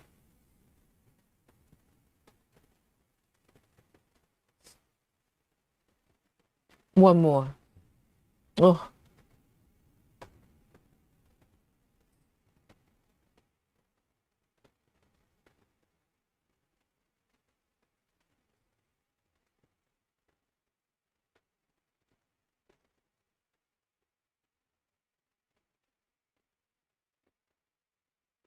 Wow. Okay, hang on. Last one for this color. 503 going back.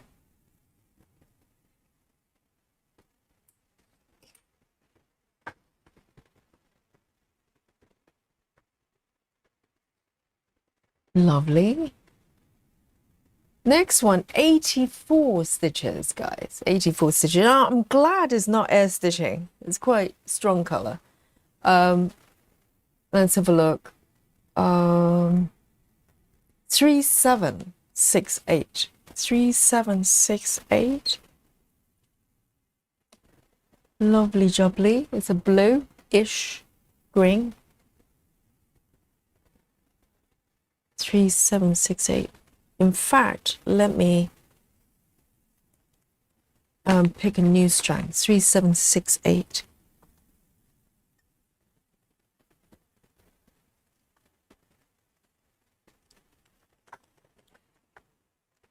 Three, 7, 6, 8.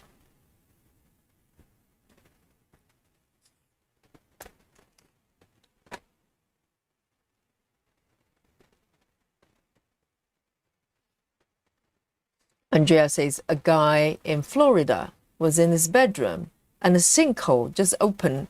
Never found him. I'm not surprised. And normally they're quite big. And sometimes the entire house just disappears.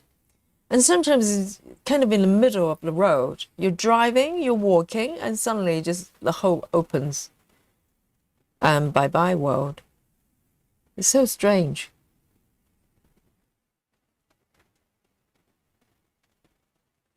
Okay, 84 stitches. Here I come.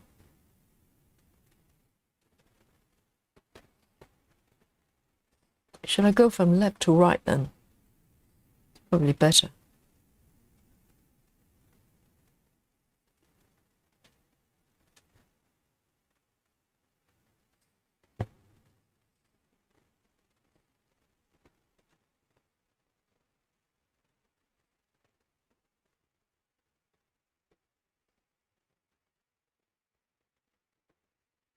And the thing is, it's impossible to try to predict where those holes are going to be open. I think it's to do with the underground water content or something like that. Because a lot of construction work, they remove water from underground or something like that, and it weakens the foundation. And you just never know when the floors literally just disappear.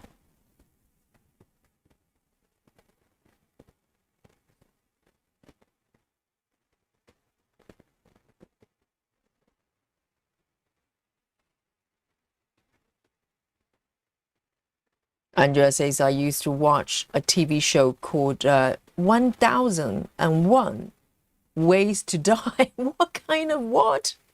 That's the title of the TV.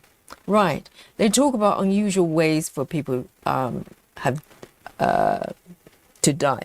There are quite a lot of videos like that on YouTube as well. They talk about weird incidents of how people ended up, become the victim of some sort of weird freak accident.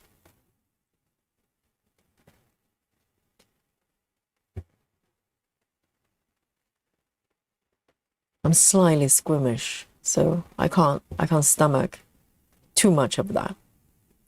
But the curiosity sometimes takes over.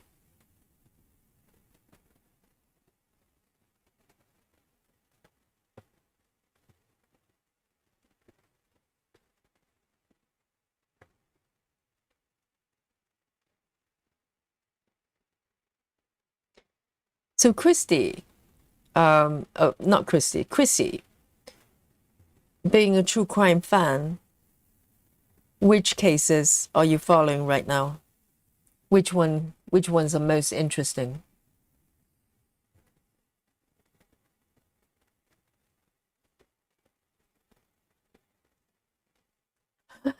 Jeannie says Death by Molasses will certainly be on the list.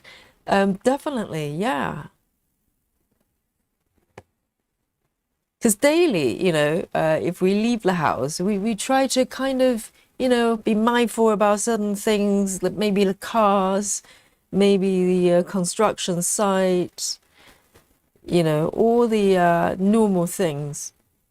Maybe not so much the pigeons, but we do our best, don't we? But you never know. If it's a sinkhole, I mean, how do you even prevent that?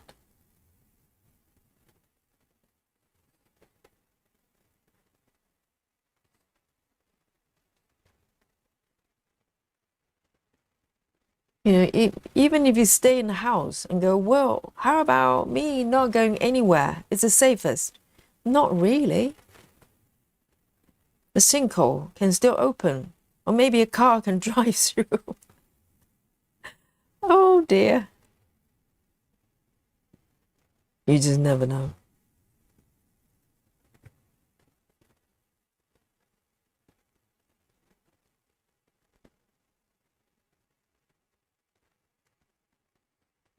Let me have a look. I think I've got a little, tiny little fluff on my fabric now. I can see it right here. Just a little one. Dolly's eyelash or something.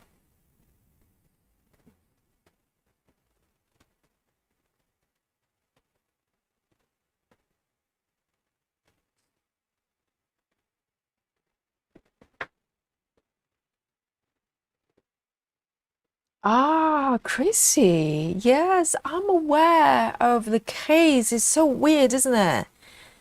But I can't remember the name of the family. So it's a Cider family or it's Cider family.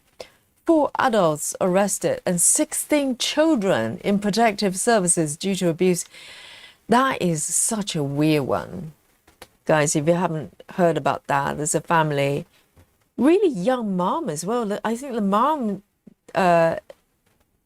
I think she's in her mid 30s. She's gave birth to 16, possibly 18 children in the past, up to this point. And they reckon she may be pregnant again. I don't know how. So, yeah, it's just so weird. And the entire family, the grown-ups, they're being arrested for all sorts of reasons. Child abuse related. And the children, they're in the really bad condition. And majority of them are not being tracked or even on the record for schools and stuff. It's just mind-boggling. I don't know how we got here. Michelle says you could fall in the bathtub and die indeed. Oh, what a comforting thought, Michelle. And Michelle says you could poke your eyes out after stitching all the confetti. Oh dear, don't do that. Don't do that. It's okay. Confetti is okay. Yes, confetti rage, Don't do that. Hey, Dolly. Hello, babe. What's up? You want to say hello? You have one more chance. Yes. No. No. Just walked away again, seriously. This little kitty. I gave her a second chance, Where am I exactly? Am I here? Hang on. 1, 2. It just looks different. Why does it look like this? Ah, okay. Got it.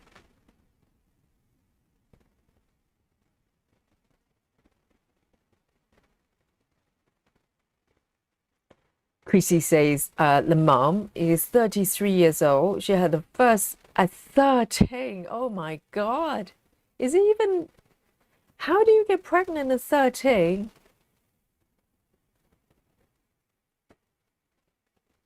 Right. So she had the first child at 13 and she gave it up. And she got married at 15. Okay, we see where this is going. And 7 months pregnant. Oh God. And she's been pregnant almost every single year ever since. It's crazy. And she actually looks like relatively normal. You just don't know. Behind the closed doors, you just don't know what's going on there. The bizarre case. Bizarre. One, two.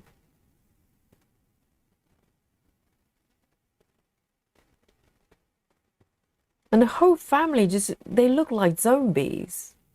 They just, they don't look right.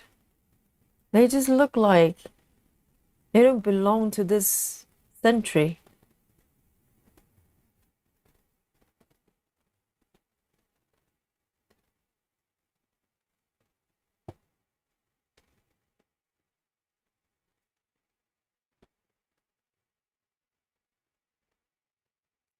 No, this one. One, two, three, four.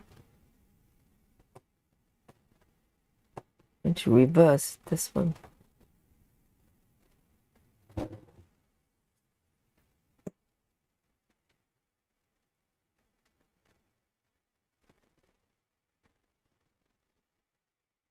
Susan says maybe Dolly's bad attitude is a result of substandard prawns. Oh, do not say that. I do my best. I actually found a catfish she really, really likes. It's all real fish and everything. She wouldn't settle for less. And it's really hard to get like really good prawns because sometimes they're just not kept in the freezer. In not freezer, in the fridge, in the supermarket, very well. I think Marks and Spencer's is probably the best one because they've got proper fridge over there. But you know, there's open ones, very tricky, particularly in the summer. I'm doing my best, okay, Dolly. Have mercy on mummy.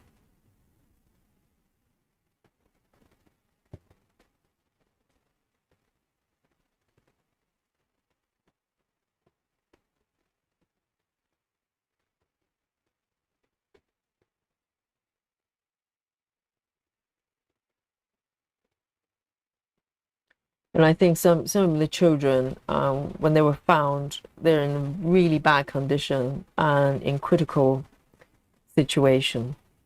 They just, and some of them quite grown up as well. Um,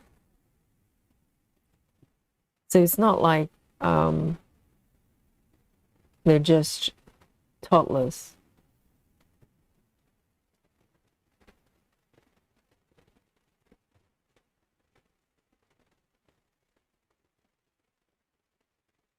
Okay. It's nearly 12:30, so I've got 5 stitches here. I'm gonna just do these ones. That's my last stitches. And I think I'm doing quite well today.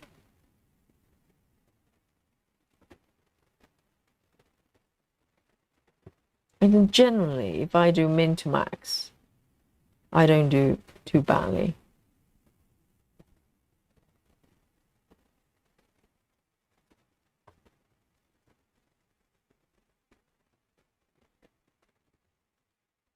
All right, 3 stitches to go.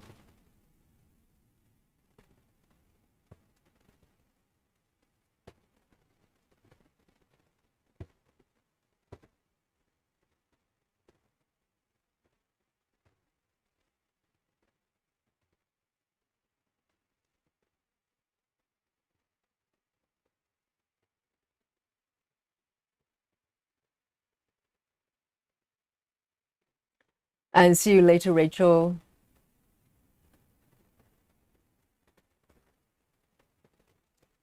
Sweet dreams and sweet dream to the kitties as well. This is my last stitch.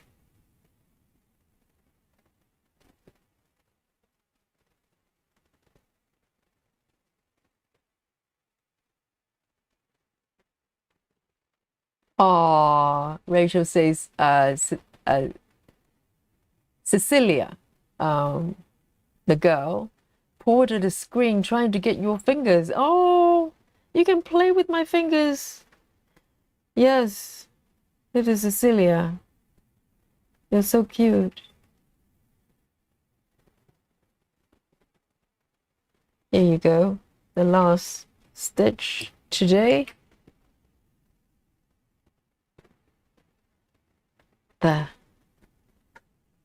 Let's have a look here. Not bad. I mean, it's quite a large area. So a lot of times with this method, or cross-country in general, they just look like loose stitches everywhere. But as you close in, you know, get to the final few colors, you start to see the whole thing kind of filled up. So this is what I've done today, guys. So today I mostly focus on this block here and trying to get it finished. It's been like this for a little while, maybe close to a year, okay? I've been trying to escape from it. But from time to time, we need to do the groundwork. And today is one of those days. And I'm looking forward to filling up this bit here. It's going to look a little bit more legit, isn't it? Because otherwise it just looks like someone is trying to escape from this area, and which I was, okay? And so here we go. Let me show you my progress and my stitch count. How's that? We've been, you know, we were talking about counting stitches earlier on, and luckily I have the app with me, and no power tools. I know, Janine. Today is a good session, isn't it? I only reverse stitch about 3 or 4 stitches overall, and no power tools, okay? No sight of power tools, thank God. And so let's have a look. Okay, guys, stitches. I hope you enjoy your sessions as well. I am going to show you the number of stitches I've done today. Okay, Grace says looking good, Yogi. I know, thank you so much, Grace. And let me just release this block here. Okay, guys, are you ready? I'm gonna count down. I'm just waiting for the screen, for the app screen to refresh, just making sure it actually does. It doesn't move. The screen is frozen, maybe because I've stitched so many of them, but it's okay. I can show you. The screen just decided to be frozen. Oh, this part is okay. Let me come back. Yeah, there you go. And okay, it looks so crazy with a 5x5 grid. And I'm gonna count down to 3, 2, 1. Here we go. Oh, guys,